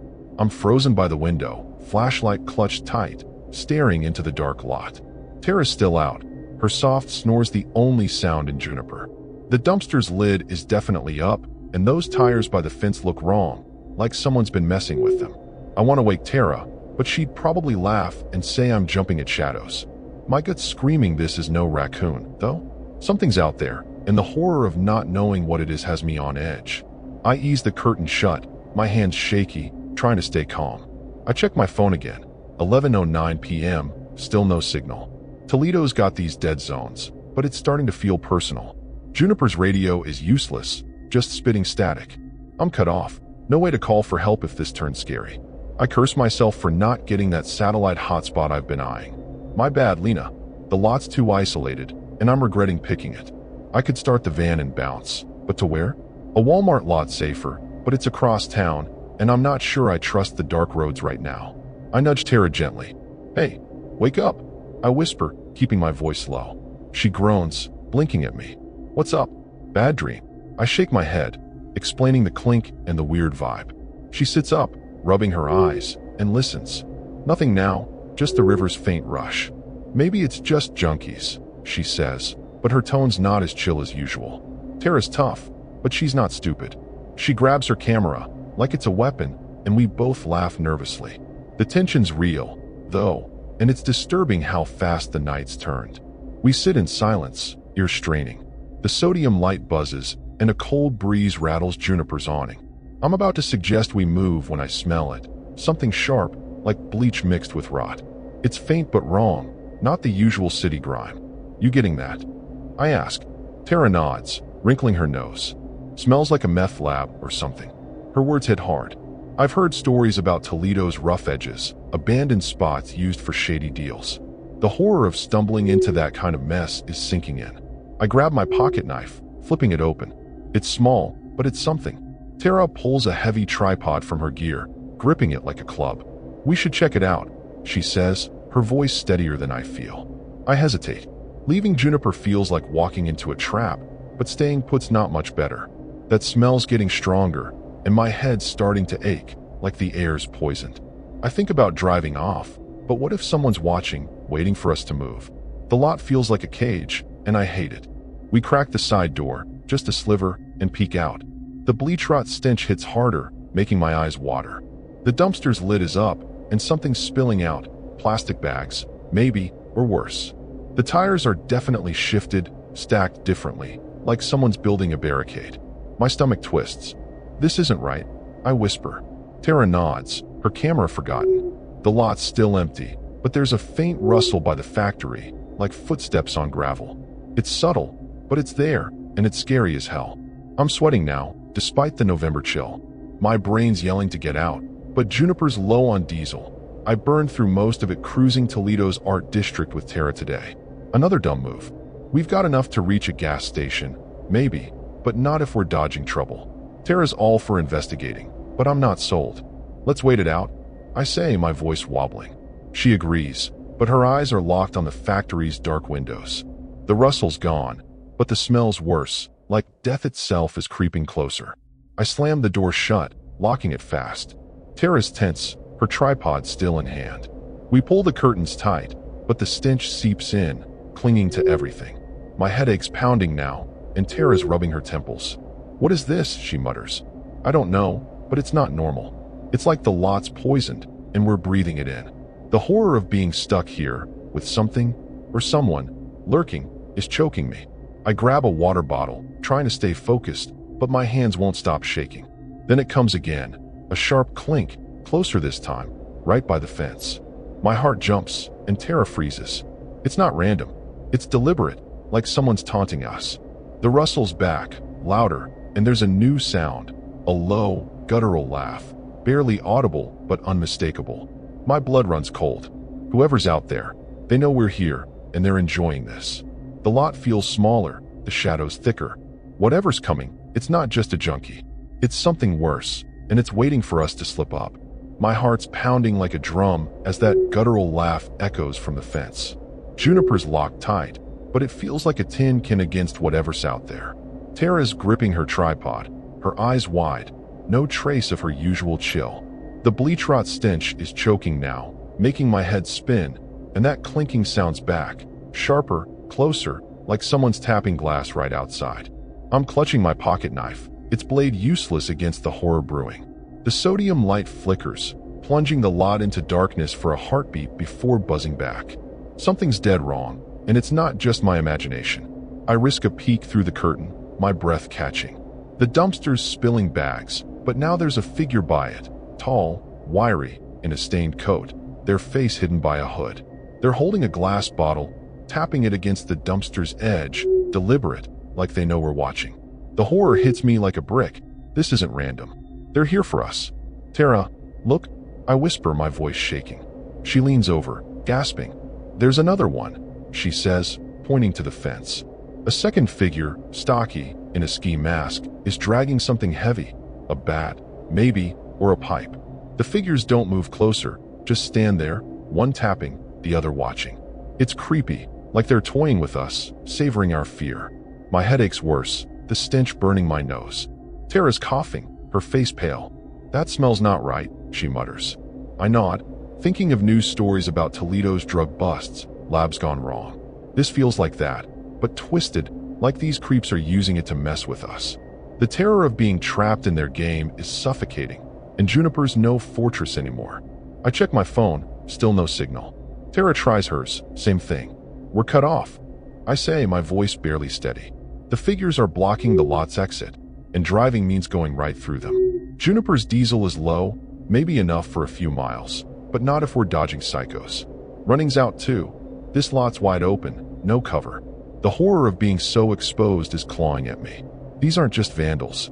They're predators, and we're the prey in some sick, disturbing hunt. The tall figure stops tapping and steps forward, slow, like they're daring us to react.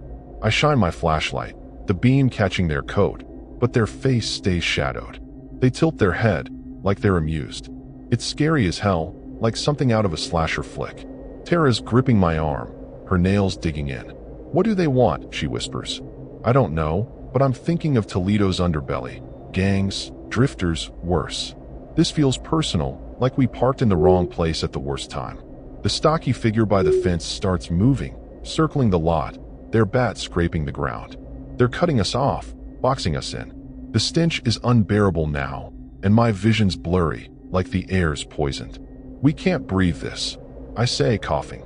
Tara nods, pulling her shirt over her mouth. I remember a true crime podcast about chemical attacks, how they disorient you.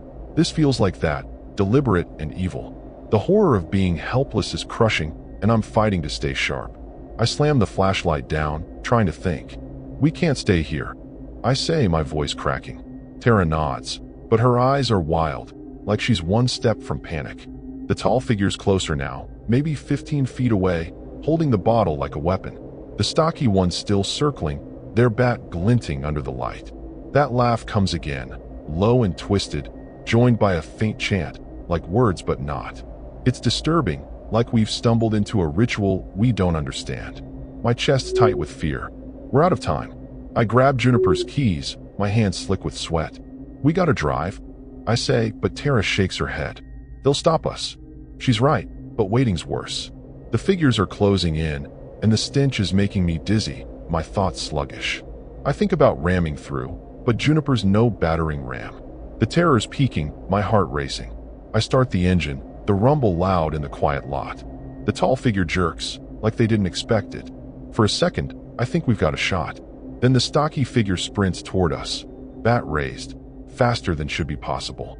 The tall one hurls the bottle, and it smashes against Juniper's windshield, spraying liquid that reeks of death. My heart stops.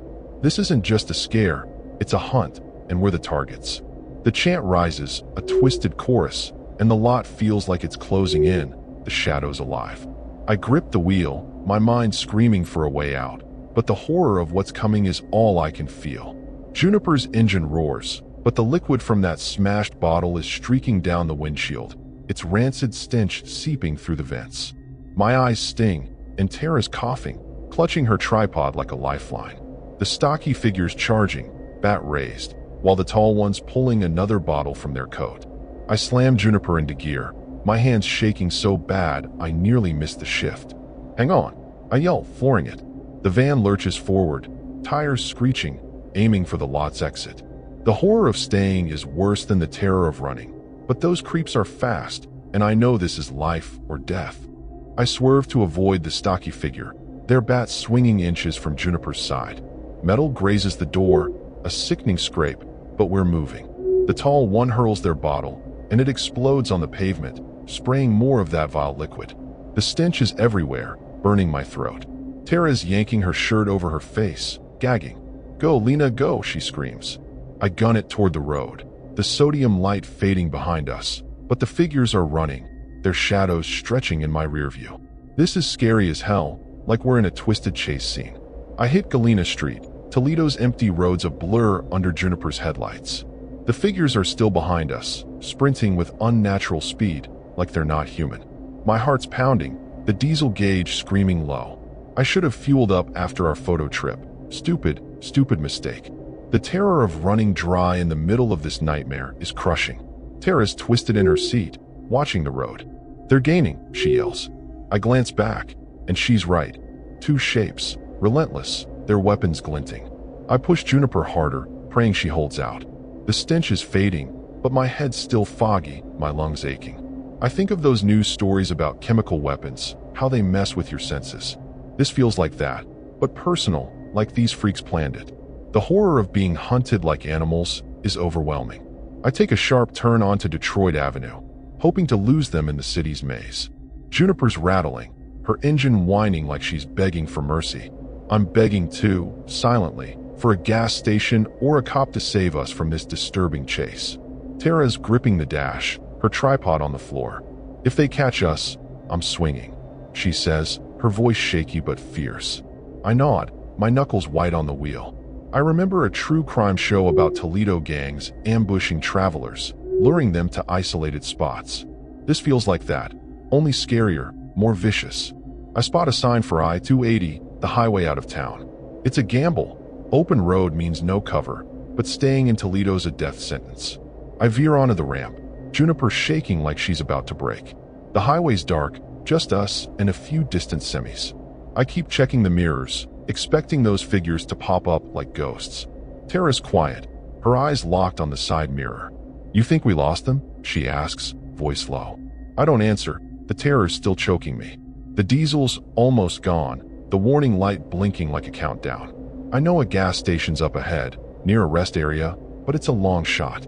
The horror of stalling out here, exposed, with those psychos still hunting, is too much to bear. I push Juniper to her limit, the engine coughing. The figures are gone from the rear view, but I don't trust it.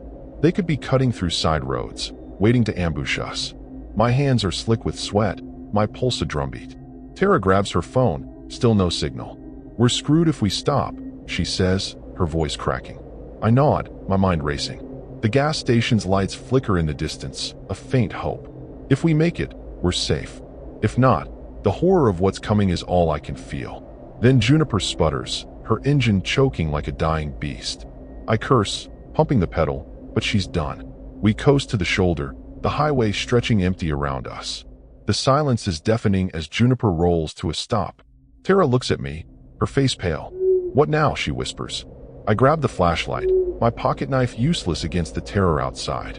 The gas station's a mile away, maybe less, but it's a lifetime on foot. I scan the dark, waiting for those figures to emerge, my heart screaming we're not safe yet. The night's pressing in, the cold biting through Juniper's walls. I lock the doors, but it's no comfort. Tara's clutching her tripod, her breath ragged. We're sitting ducks, and the horror of what those figures might do if they find us is paralyzing. I think about running, but the highway's too open, the woods too dark. My mistake was picking that lot, trusting it was safe. Now we're stranded, and the terror's only growing. I grip the flashlight, praying for a miracle, but deep down, I know we're not out of this yet. We're stuck on I-280, Juniper dead, the night swallowing us whole. My flashlight shakes as I sweep it over the highway, expecting those figures to lunge from the shadows. Tara's gripping her tripod, her eyes darting to the woods. The chemical stench is gone, but the horror lingers, a weight on my chest. My phone's still useless, no bars, no help.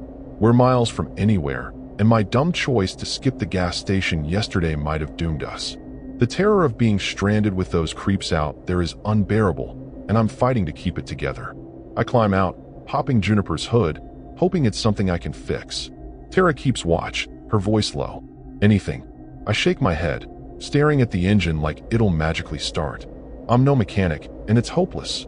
The highway's quiet, but there's a rustle in the woods, faint but real. My blood runs cold. It's them, I know it. The horror of them tracking us this far is chilling. I slam the hood, my hands shaking. "We gotta move," I say, grabbing the flashlight. Tara nods, but her face says she knows we're screwed. We lock Juniper and start jogging toward the gas station, the cold biting my skin. The rustle's louder now, joined by a low whistle, like a signal. I think of those true crime cases where people vanish on highways, their vans found empty. The terror of that being us is pushing me faster, my legs burning. Tara's right behind, her tripod swinging.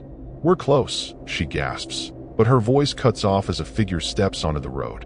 The tall one, hood up, holding a new bottle. The stocky one's behind us, bat raised, ski mask gleaming. They've boxed us in, and the horror's suffocating. "Run!" I scream, grabbing Tara's arm. We dive into the woods, branches clawing at us. The figures charge, the tall one hurling their bottle. It smashes nearby, spraying that rancid liquid, the stench burning my lungs. Tara's coughing, stumbling, but I pull her along. The whistle's louder, joined by that twisted chant, like a cult ritual. The terror's overwhelming, my heart pounding as we crash through the underbrush. The gas station's lights are so close, but the figures are closer, their footsteps heavy, their weapons hungry. We burst into a clearing, the gas station's neon glow blinding. A clerk's outside, smoking, and I scream, "Help!" He drops his cigarette, running toward us. The figures stop at the tree line, their shapes melting into the dark. Tara's gasping, her face gray, the chemical fumes hitting her hard. The clerk, a guy named Mike, calls 911, his voice shaky. I'm on my knees, holding Tara, begging her to stay with me. The horror of losing her, of my choices, picking that lot, not fueling up, is crushing me. The cops arrive, lights flashing, but the figures are gone, no trace.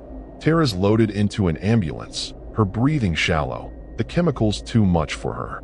I'm shaking, telling the cops about the lot, the bottles, the chase, but their eyes say they don't believe me. Mike backs me up, says he saw shadows, but it's not enough.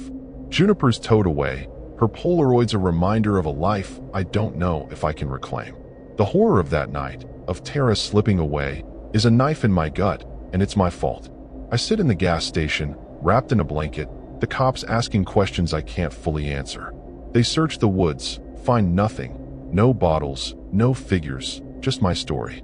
Tara's gone by morning, the hospital calling with the news. The chemical fumes destroyed her lungs, and I break, sobbing into my hands. My deadly mistake was thinking we were safe, ignoring the signs. The terror of those figures, their twisted hunt, will haunt me forever, a scar I can't escape. A trucker offers me a ride to Columbus, and I nod, numb. The cops say they'll keep looking, but I see the doubt in their faces. I climb into the truck, leaving Toledo behind, but the horror rides with me, a ghost in every shadow. I think of Tara, her laugh, her camera always clicking, and the pain's too much. The sun rises, but it doesn't touch the cold in my soul. I'm alive, but it's a tragedy, a weight I'll carry for picking the wrong place to park. The road stretches on, and I'm alone with my guilt. The figures are out there, maybe hunting someone else, and I'll never know why they chose us. The disturbing truth is, I let us into their trap, and Tara paid the price. Vanlife was my freedom, but now it's a cage of memories I can't outrun. I grip the trucker's spare jacket, staring at the highway, knowing the terror of that night will never let me go.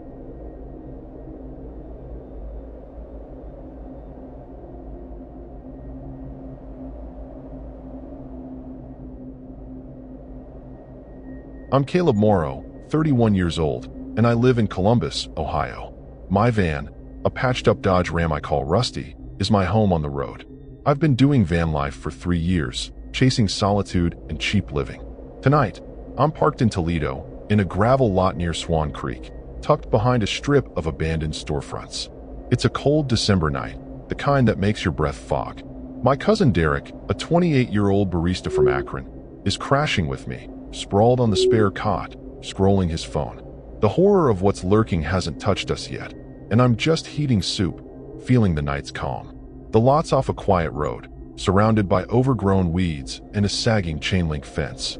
I picked it for its low profile, nobody patrols here, perfect for stealth camping. Rusty's parked under a dim street lamp, its light barely cutting the dark. Derek's whining about the cold, but we've got blankets and a propane heater.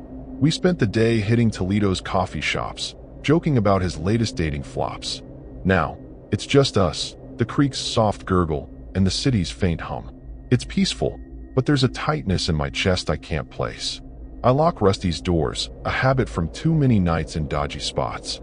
The van's my sanctuary, cobbled together with plywood shelves, a mini fridge, and a bed that sags in the middle. Derek calls it a rolling junkyard, but I love its quirks. Outside, the storefronts are boarded up, their signs faded to ghosts. A busted shopping cart lies tipped over by the fence, and the creek's smell, damp and earthy, drifts in. It's not glamorous, but it's free, and I'm all about saving a buck. Still, something about this lot feels off, like it's holding a secret. Derek stretches, tossing his phone down. "This place gives me the creeps," he says, half laughing. I shrug, but his words hit a nerve. I've parked in rough spots before, truck stops, back roads, but tonight's quiet is heavy, almost disturbing. I tell myself it's just the winter vibe, the way Toledo feels deserted after dark. Derek's already rummaging for snacks, oblivious. He's a goof, always cracking jokes, but he's family, and I'd do anything for him. Still, I wish I could shake this uneasy feeling. I stir the soup, the pot clanking on my camp stove. The street lamp flickers, casting weird shadows on Rusty's curtains. I think about tomorrow. Derek wants to check out a record store, but I'm eyeing a trail by the creek. The lot's empty except for that shopping cart, which bugs me for no reason. I laugh it off, blaming too many late-night horror podcasts. But I check the heater's connections, just to be safe. I've heard stories of van fires, and I'm not taking chances, not with Derek here. Derek's phone dings, and he groans. No signal. This place is a black hole. I check mine. Same. No bars. Toledo's got spots like this, cut off from the world, but it's annoying. Rusty's got an old CB radio, but it's been dead for months. I'm not worried, not really, but the isolation's nagging at me. Derek's joking about being off the grid, but his laugh's forced.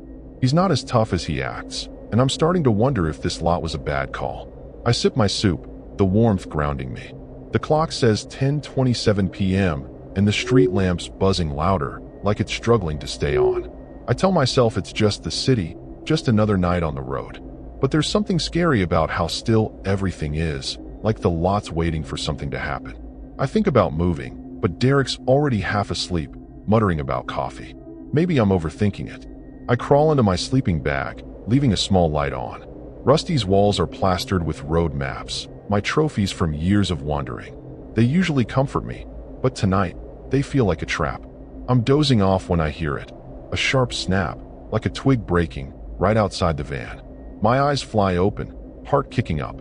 I tell myself it's a deer or the wind, but the sound comes again, closer, followed by a low scrape, like metal on gravel. My mouth goes dry. This isn't an animal. It's too careful, too human. The horror of something stalking us is creeping in, but I'm not ready to face it. I lie still, listening, hoping it's nothing, but my gut knows better. I nudge Derek, but he just mumbles and rolls over. Typical. I grab my flashlight, the heavy one I keep for emergencies, and ease toward the window. My hands shake as I part the curtain. The lot looks empty, but the shopping cart's moved, closer to Rusty, its wheels glinting. My pulse races. Something's out there, and it's not just passing through. The snap comes again, by the fence now, and I know we're not alone. The terror's starting, and I'm wishing I'd picked anywhere but here. The snapping sound stops, but my heart's still jackhammering. I'm crouched by Rusty's window, flashlight gripped like a lifeline, staring into the dark lot. Derek's still half asleep, muttering about his phone, clueless to the horror brewing outside. The shopping cart's definitely closer, its wheels glinting like a warning. I want to shake Derek awake, but he'd probably joke I'm freaking out over nothing. My gut says this is no joke, though. That scrape wasn't random. It was deliberate, like someone's testing us. I ease the curtain shut, my hands shaky, trying to keep my cool. I check my phone. 10:41 p.m., no signal. Toledo's got these dead zones, but this feels like a trap. Rusty's CB radio is junk, and I never got around to fixing it. My bad. No way to call for help if this turns scary. I'm kicking myself for picking this lot, so far from downtown. I could fire up Rusty and bolt, but to where? A gas station's miles away, and I'm not flush with fuel. Derek and I burned through half a tank cruising Toledo's breweries today. Dumb move, Caleb. I nudge Derek harder. Yo, get up. I whisper, my voice tight. He groans, blinking at me. What, man? I'm cozy. I tell him about the snap, the cart, the weird vibe. He sits up, rubbing his face, and listens. Nothing now, just the creek's faint ripple. Probably a hobo, he says, but he's grabbing his sneakers, sensing I'm not messing around. Derek's a clown, but he's got my back when it counts. Still, I can tell he thinks I'm overreacting, and it's bugging me. We sit there, ears perked. The street lamp buzzes, and a chilly gust rattles Rusty's roof rack. I'm about to chill when Derek stiffens. Smell that, he asks, voice low. I sniff. Something acrid, like burnt rubber mixed with decay. It's faint but wrong, not the creek or city stink. It's disturbing, like something's festering nearby. We lock eyes, and for once, Derek's not joking. The horror of what that smell could mean is hitting us both, and it's not just a bad dumpster. I grab my pocket knife, flipping out the blade. It's small, but it's better than nothing. Derek snags a wrench from my tool bag, gripping it like a club. We should scope it out, he says, his voice steadier than I feel. I hesitate. Leaving Rusty feels like walking into a horror movie, but staying put's no better. That smell's getting stronger, and my eyes are starting to water.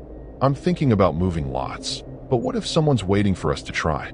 The lot's feeling smaller, like a cage. We crack the side door, just enough to peek. The acrid stench hits hard, making me gag. The cart's closer still, almost at Rusty's bumper, like someone dragged it. The fence is empty, but there's a shadow by the storefronts, moving slow, like it's stalking. My stomach twists. That ain't right, I whisper. Derek nods, his wrench raised. The lot's quiet, but there's a faint hum now, like a machine, or voices, low and muffled. It's creepy, and it's coming from the creek. I'm sweating despite the cold. My brain's yelling to drive, but Rusty's fuel's low. Maybe enough for a few miles, but not if we're dodging trouble. I should have gassed up. Another screw up. Derek's all for checking the noise, but I'm not sure. Let's hold off, I say, my voice wobbly. He agrees, but his eyes are glued to that shadow. The hum's louder, and it's not a machine. It's definitely voices, garbled, like a chant. The horror of what's out there is sinking in, and it's not just some drifter. I slam the door, locking it quick. Derek's tense, his wrench still up. We yank the curtains tight, but the stench creeps in, clinging to Rusty's walls. My head's pounding, and Derek's rubbing his eyes, like the smell's messing with him too. "What is that?" he mutters. "I don't know, but it's toxic, like something's burning or rotting." The terror of being stuck here, with those voices getting closer, is choking me. I grab a water bottle, trying to focus, but my hands are shaking bad. Then it hits, a low thud, right against Rusty's side, like someone kicked the van. My heart stops, and Derek curses, jumping up. The hum's right outside now, a twisted murmur, and there's another thud, harder, shaking the whole van. My blood's ice. Whoever's out there, they're not hiding anymore. They're here, and they're messing with us. The lot's a trap, and we're caught. The horror's real now, and I know whatever's coming is waiting for us to make a move. Rusty shakes from another thud, and my heart's about to burst. I'm crouched by the door, flashlight in one hand, pocket knife in the other, while Derek's gripping his wrench, his face pale. The acrid stench is thicker, burning my nose, and those garbled voices outside are louder, like a twisted prayer. The street lamp flickers, plunging us into darkness for a second before buzzing back. Something's seriously wrong, and it's not just the lot. The horror of what's out there is real now, slamming against Rusty like a warning. I nudge the curtain aside, my hands shaking, and what I see makes my blood freeze. There's a figure by the shopping cart, short, hunched, in a ratty jacket, their face hidden by a scarf. They're holding a crowbar, tapping it on the cart, slow and deliberate. Another figure's by the fence, taller, in a hooded sweatshirt, dragging a chain that clinks on the gravel. "Derek," I hiss, "look." He leans over, cursing under his breath. "That's no hobo," he whispers. The voices stop, then start again, a low chant that's creepy as hell. The horror of being watched by these freaks is sinking in, and Rusty feels like a trap. The hunched figure steps closer, their crowbar glinting under the street lamp. I shine my flashlight, but their scarf hides everything except dark, glinting eyes. They freeze, like they're daring me to move. It's disturbing, like they're enjoying this. Derek's gripping my arm, his wrench raised. "There's more," he says, nodding toward the creek. I spot a third shadow, barely visible, moving along the water's edge. 3 of them, boxing us in. The terror's choking me. These aren't random creeps. They're coordinated, like hunters, and we're the prey. I check my phone, still no signal. Derek tries his, same deal. We're screwed, I mutter, my voice cracking. The figures are blocking the lot's exit, and Rusty's low on fuel. Driving means going right through them, and I'm not sure we'd make it. Running's no good either. This lot's wide open, nowhere to hide. The stench is making my head pound, my eyes watering. I think of Toledo news stories about meth labs, toxic fumes. This feels like that, but worse, like they're using it to mess with us. The horror of being trapped is overwhelming. The tall figure by the fence drags their chain closer, the metal scraping like nails on a chalkboard. My stomach twists. It's so damn scary, like something out of a slasher flick. Derek's breathing fast, his wrench shaking. "What do they want?" he whispers. I don't know, but I'm thinking of Toledo's rough patches, gangs, drifters, sickos who target outsiders. This feels like that, but more twisted, like a ritual. The chant's louder, words I can't make out, and it's messing with my head, like it's meant to. The hunched figure taps their crowbar faster, almost rhythmic, like they're signaling. The third shadow by the creek steps into view, broad, wearing a gas mask, holding what looks like a canister. My heart stops. That's where the stench is coming from, and it's no accident.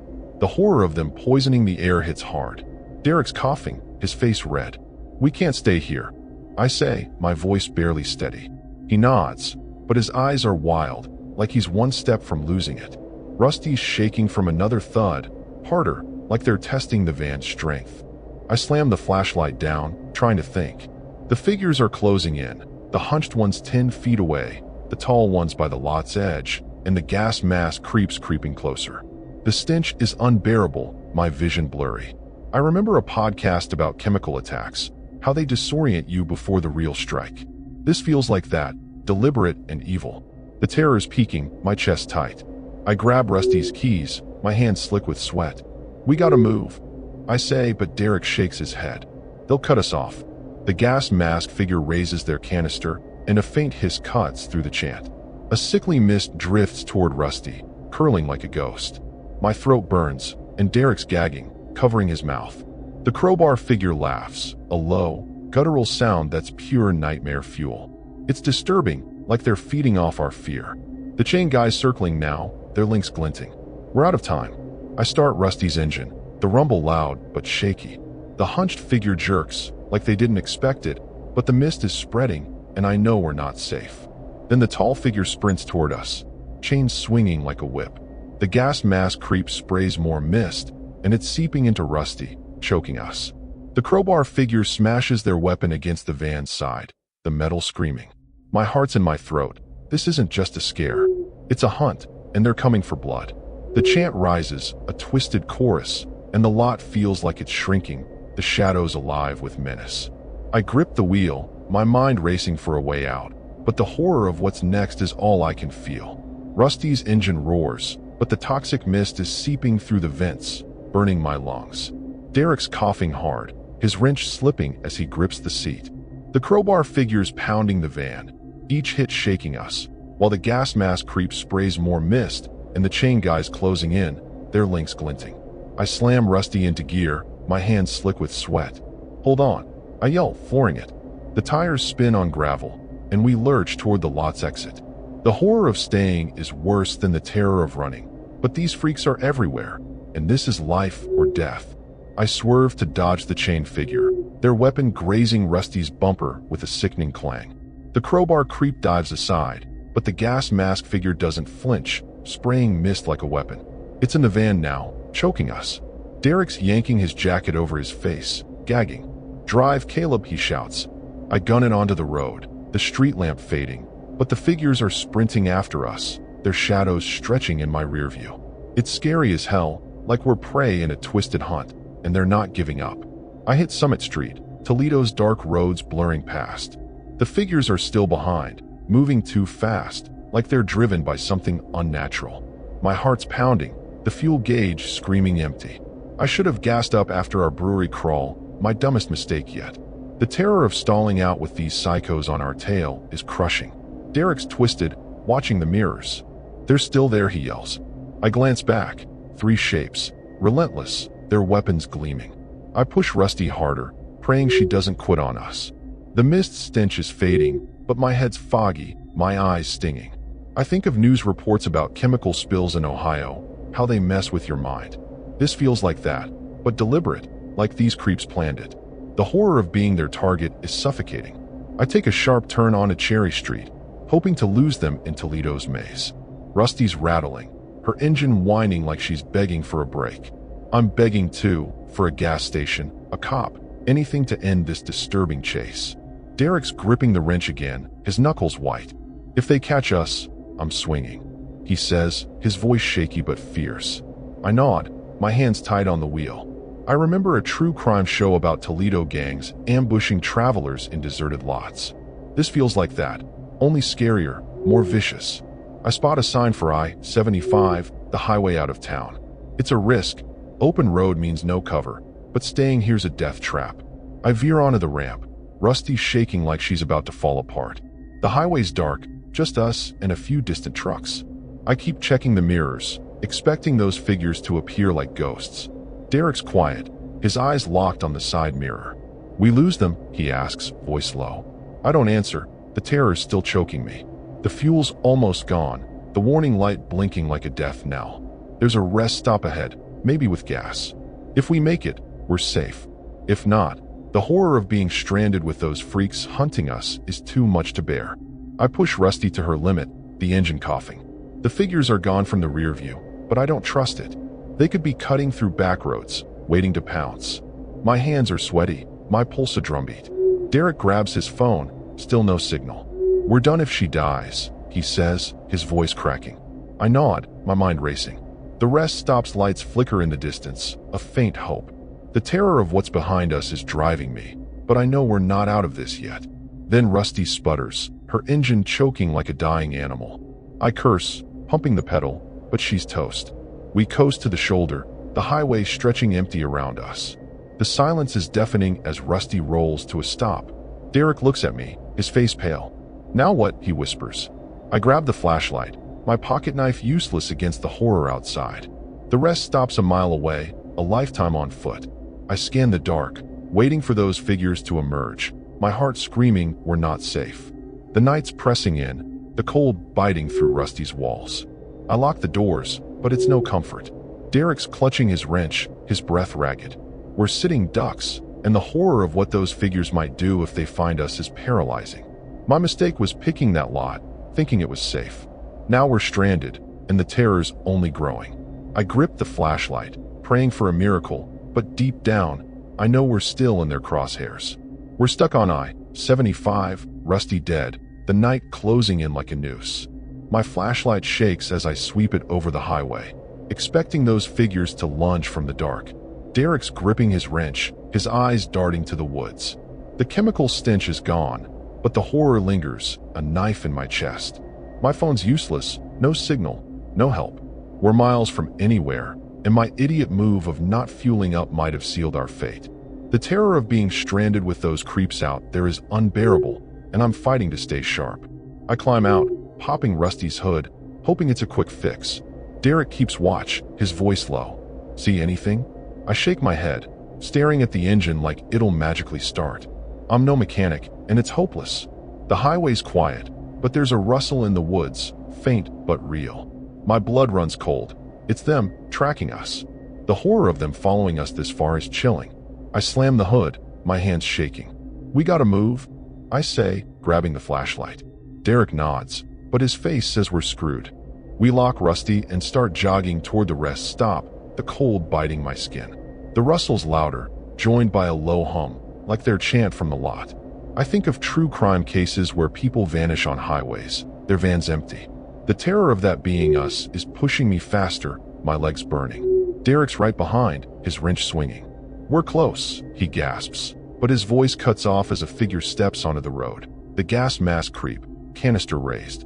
The crowbar figures behind us, and the chain guys in the woods, their links glinting. They've boxed us in, and the horror's suffocating. "Run!" I scream, grabbing Derek's arm. We dive into the woods, branches clawing at us.